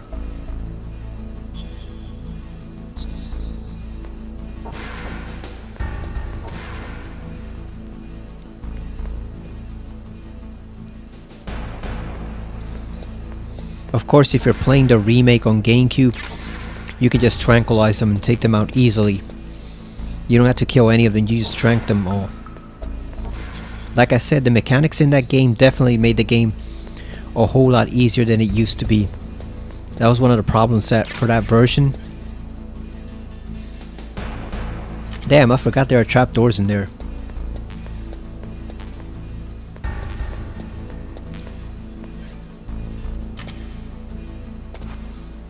Like I said, that's one of the main problems that version had, that they did not adjust the game for the differences in gameplay from Metal Gear Solid 1 to Metal Gear Solid 2, so the game ends up being super easy with the first person aiming. It's just not a challenge at all. But unfortunately, that was kind of Silicon Knights' resume.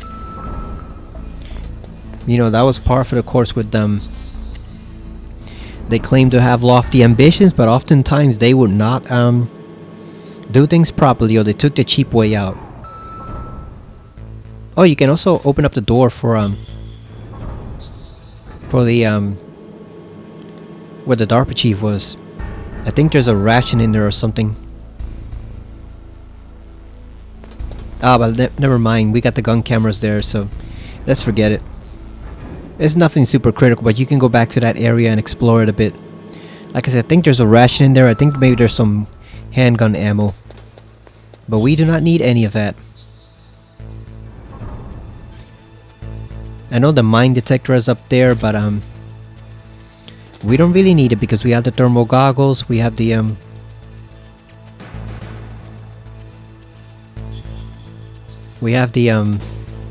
night vision goggles, so. Or should we try to get it? Should we try to get it just to get it? So that we have everything from the game. I know there's one guy up there. What is it, Snake?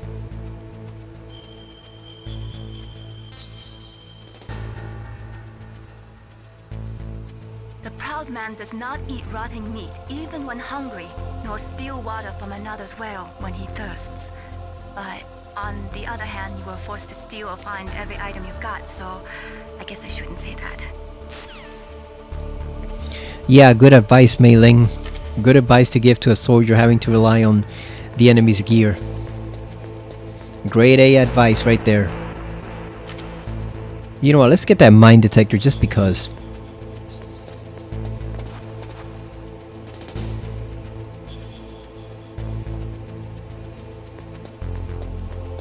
Might as well, right?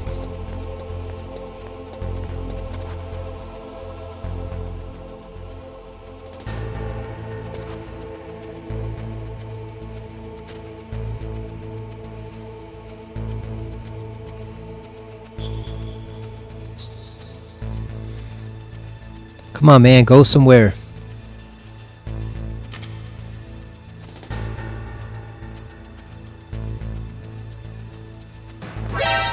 God damn it, come on.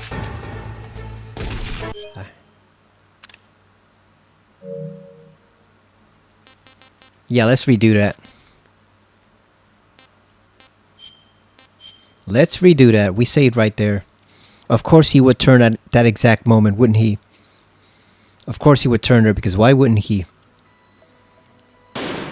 Why would he not turn at that exact moment when we needed him to turn the other way? There's another really good artwork right there. I wonder if there's like a scrapbook or something available. Well, I know there is a digital art book. We got it when we installed the Master Collection, but I mean an actual physical art book. I wonder if there's one available with all that stuff from Metal Gear Solid 1.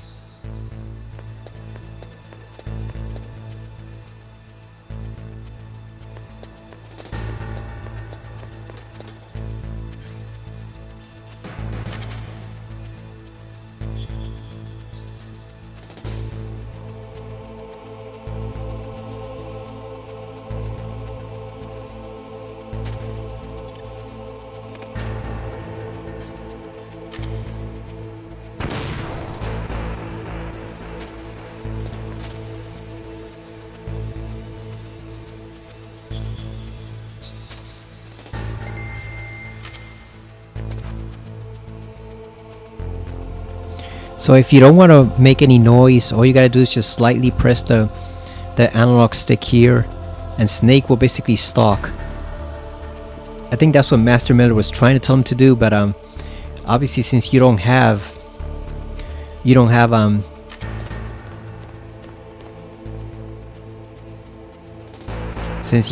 the full control over your character the way you do in later games, it's very difficult to do exactly what he's saying, but you can kind of improvise and just move slowly, step by step, and that'll have the same result.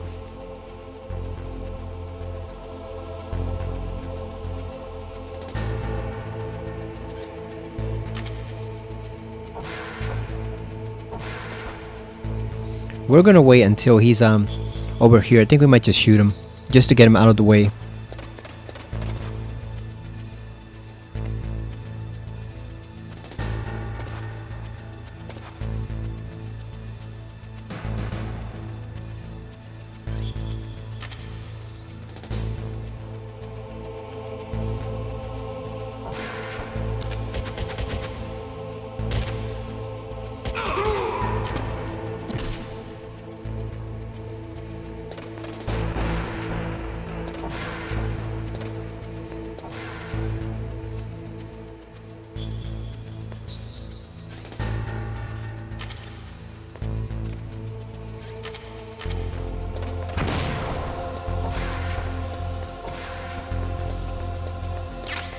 There we go, we got the mine detector.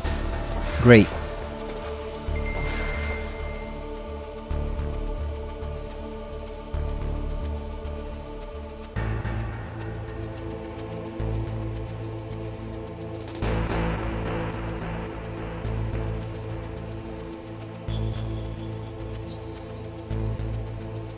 Yeah, it was really a godsend when Kojima added that whole slow walking style in Metal Gear Solid 2, so that you didn't just have the option to run or crawl. You could actually now stalk, which means you could actually avoid being seen or heard by the enemy. And then obviously they added that whole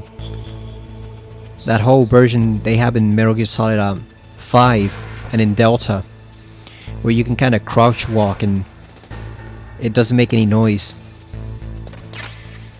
Got more chaff grenades. Nice.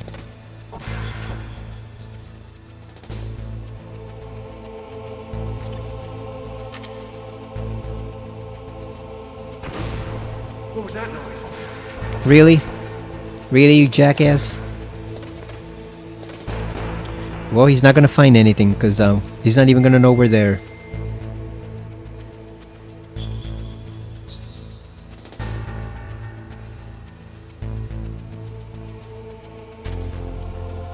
Made us waste a frickin' chaff grenade.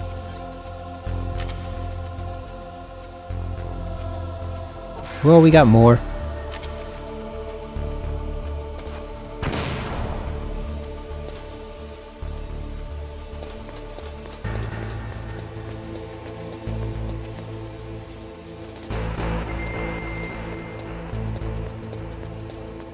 Alright, we're out of here.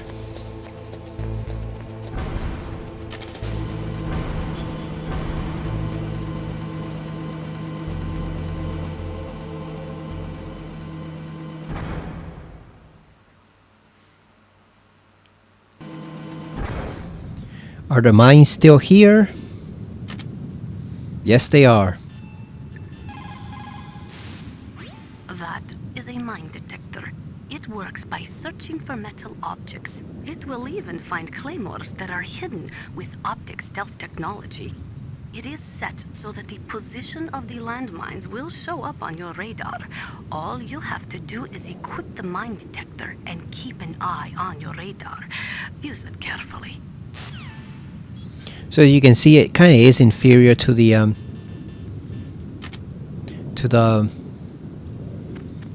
thermal goggles, because it only shows you like the general position, whereas with the goggles you can actually see them right there.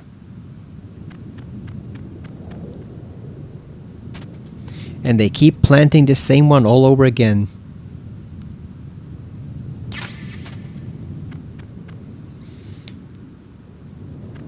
But it's still nice to have if you want to get every single item in the game. I wonder, can we take the camera out with the sniper rifle here? Let's see.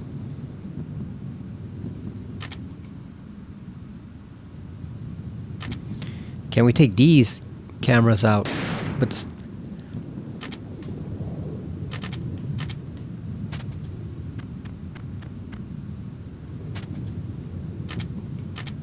all right, let's see.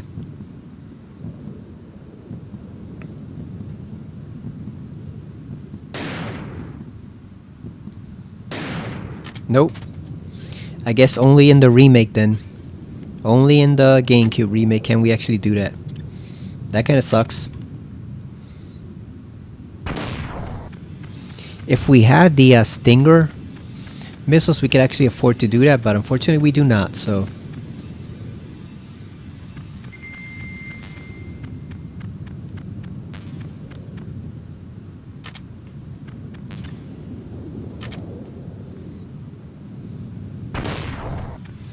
And actually, I think in the GameCube remake, you could just shoot them with the handgun. You don't even need to use a sniper rifle or Stinger missiles. You just shoot them with a handgun from a long distance. So, yeah, like I said, that game is much easier than this one is, because they did not compensate at all for the increase in Snake's abilities or the different gadgets you could use, like the tranquilizer guns or anything. They did not balance any of that, so the game is pretty much a cakewalk. It is very easy to beat, and I think it takes a lot less time because you don't have any of the struggles you do here. So you don't have to worry about, you know, being extra stealthy, because you could just trank everyone. They added a couple of lockers, so you know, you can just stuff bodies in lockers and nobody will see them. So there's just a whole bunch of stuff there that is not in this version of the game, and it just makes the game super easy and a piece of cake.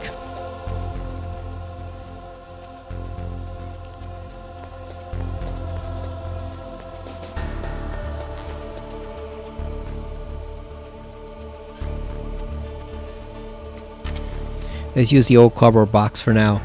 I want to get that grenade over there and see what it is, because you're gonna need a lot of chaff grenade for the communications tower. There's a lot of gun cameras there, and then you're also having to run from a bunch of enemies too, so you want to have a lot of chaff grenades in there. Yep, there we go.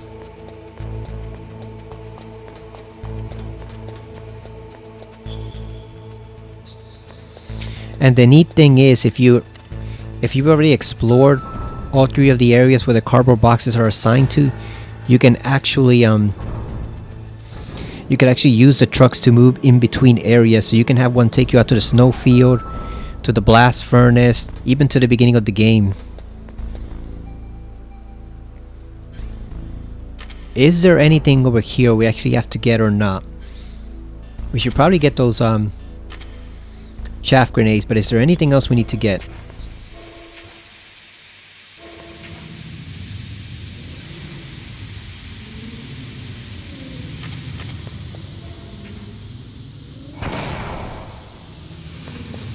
Okay, so we cleared out these rooms.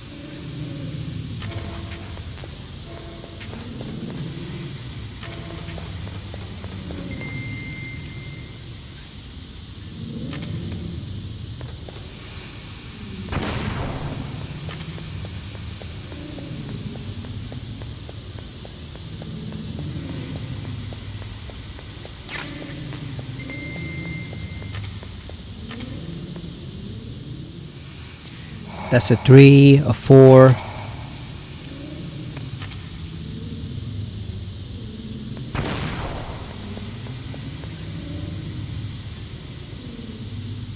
Those are Nikita missiles, we don't need those.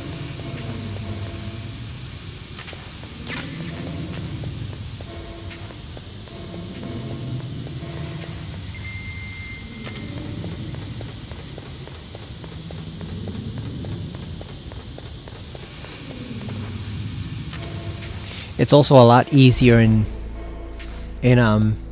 Twin Snakes 2 because you can equip the gas mask at the same time as the level 6 card or whatever, the pan card, so you don't have to choose one or the other, you can equip them both at the same time.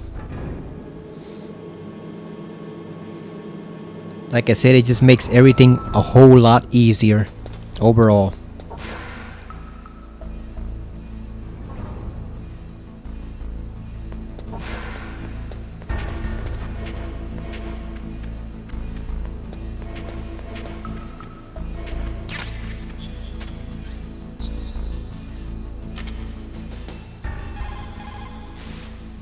Cold medicine? I don't know.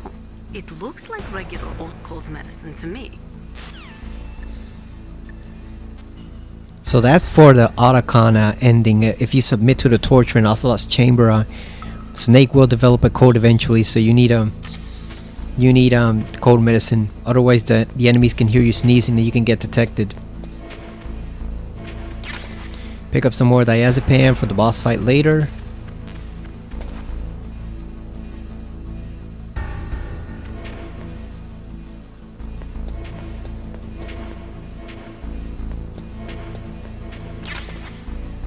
Oh, that guy's coming back. Never mind, we have to wait for him to go away.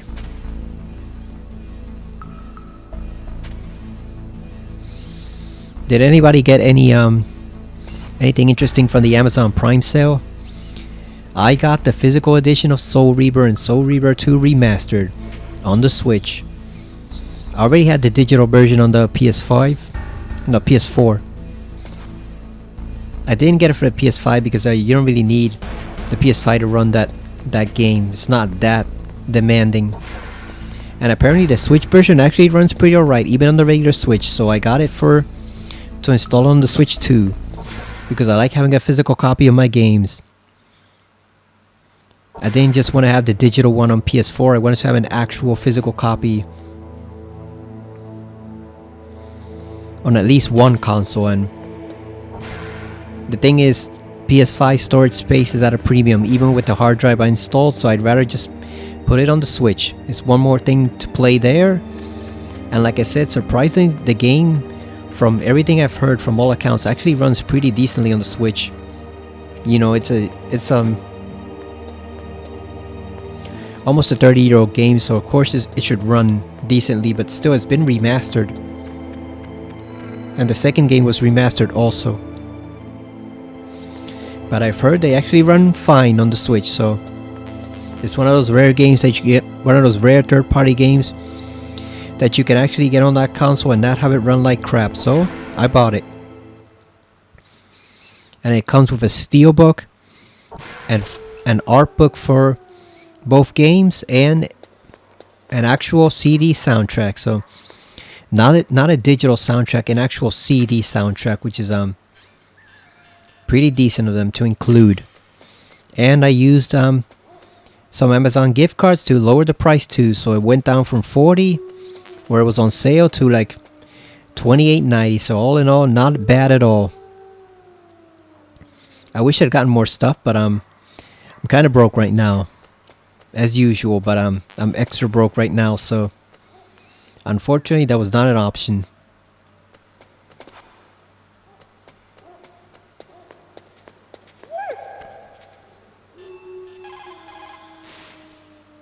To get to the underground...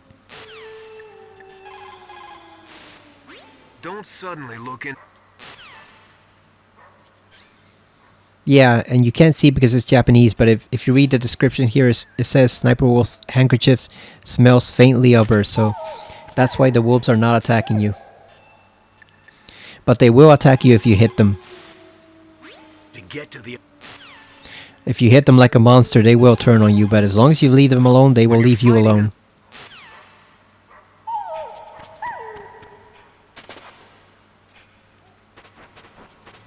I wish we got that earlier so we didn't have to get hammered by all those wolves.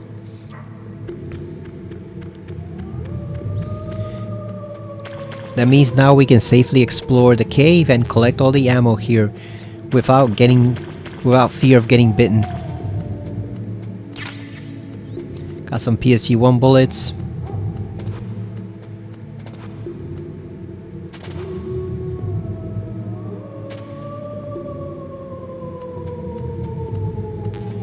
Got some more bullets. Diazepam. Yeah, looks like we're pretty stacked right now. I think you can carry 12 diazepam in the remake instead of just 6, which makes the Sniper Wolf boss fight pitifully easy at that point.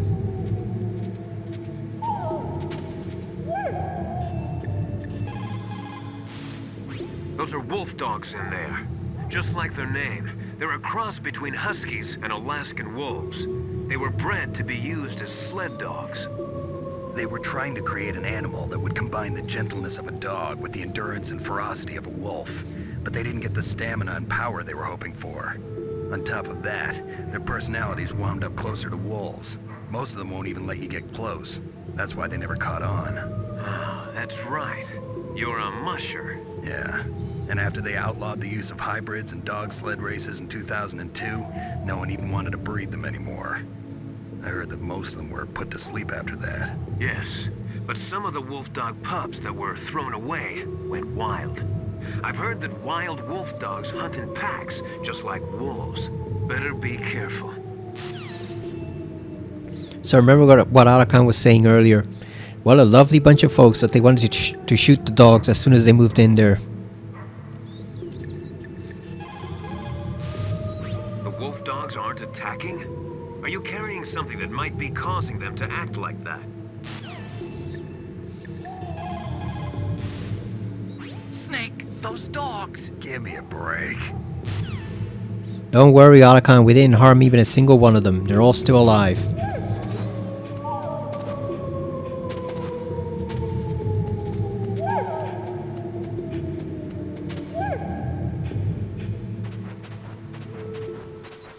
I believe there's a ghost somewhere in this area. I think maybe near the communications tower, but I don't remember the exact spot. They're all hidden throughout the game world. I think there's like 18 of them that you have to find. Or maybe it's 14, I don't remember. But they are there. I just have no idea where they are. I do know there's one near Metal Gear Rex. That one I remember. Oh, you see, he was going to chase Snake now that we no longer had the handkerchief equipped. Okay, so we're going to save here because this is going to be a whole separate section from here to the communications tower where we have to outrun a whole bunch of enemies and basically stun grenade them because there's way too many of them to just fight with a rifle. And we're also going to be taking on Liquid Snake and the Hind D. Plus we're going to get a whole monologue here from Naomi and Campbell and Master Miller, which takes up quite a bit of time. So we also get a bit of background on Naomi, so there's a whole bunch of stuff here that's better saved for another section. So we're going to save right here before we go ahead and trigger that cutscene, because we'll save that for next time.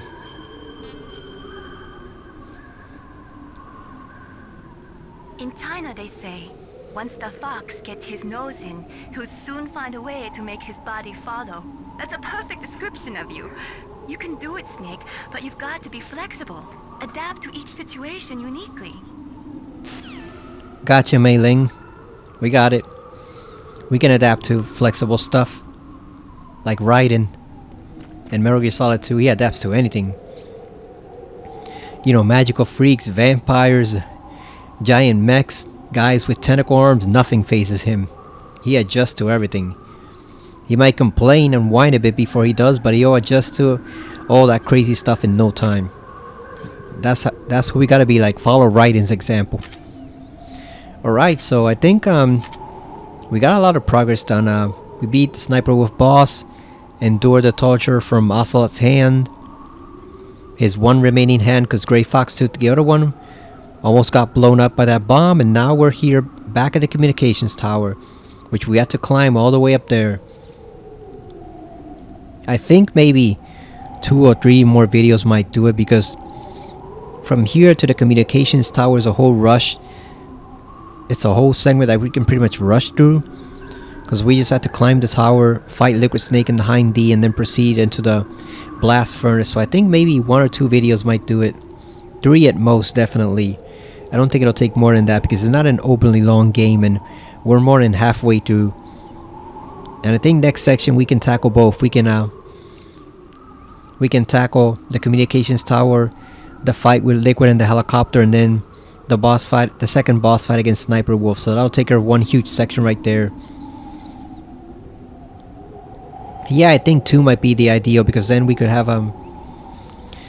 the blast furnace and the fight with Bulk and Raven, and then the last video would be pretty much the 2 fights against Metal Gear Rex and then Liquid Snake. So yeah, I think 3 videos should do it, unless I decide to do one that's like 2.5 hours long.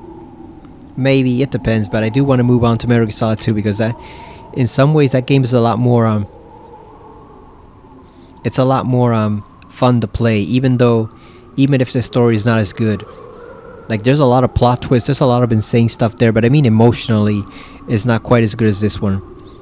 It's more fascinating because most of the stuff they predict in that game actually came true in real life, as you'll see, but from an emotional standpoint it's not quite as satisfying as this one or Metal Gear Solid 3. So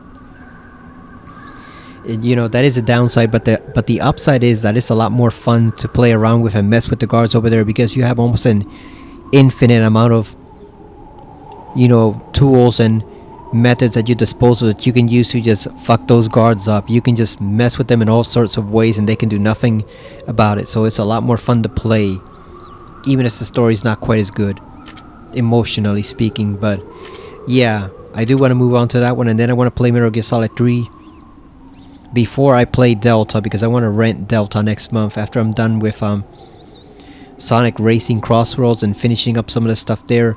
I do want to rent that game to get the most out of my short Gamefly membership. I want to rent that and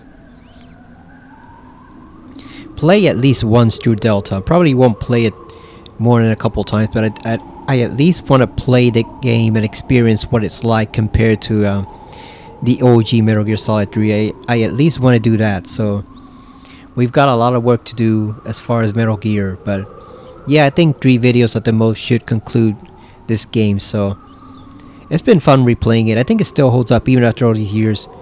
Maybe not graphically, it looks pretty primitive, but in terms of the gameplay and the story, and definitely the voice acting, I think it definitely holds up even after all these years. Like I said, it would be interesting to see them remake it, but I think that might come later, like after they remake Metal Gear Solid 2. I think they'll probably go for a remake of 2 first, because that's the easiest thing they could do, and then remaster 4 for that Master Collection Volume 2, and then I guess eventually they'll get to Metal Gear Solid 1.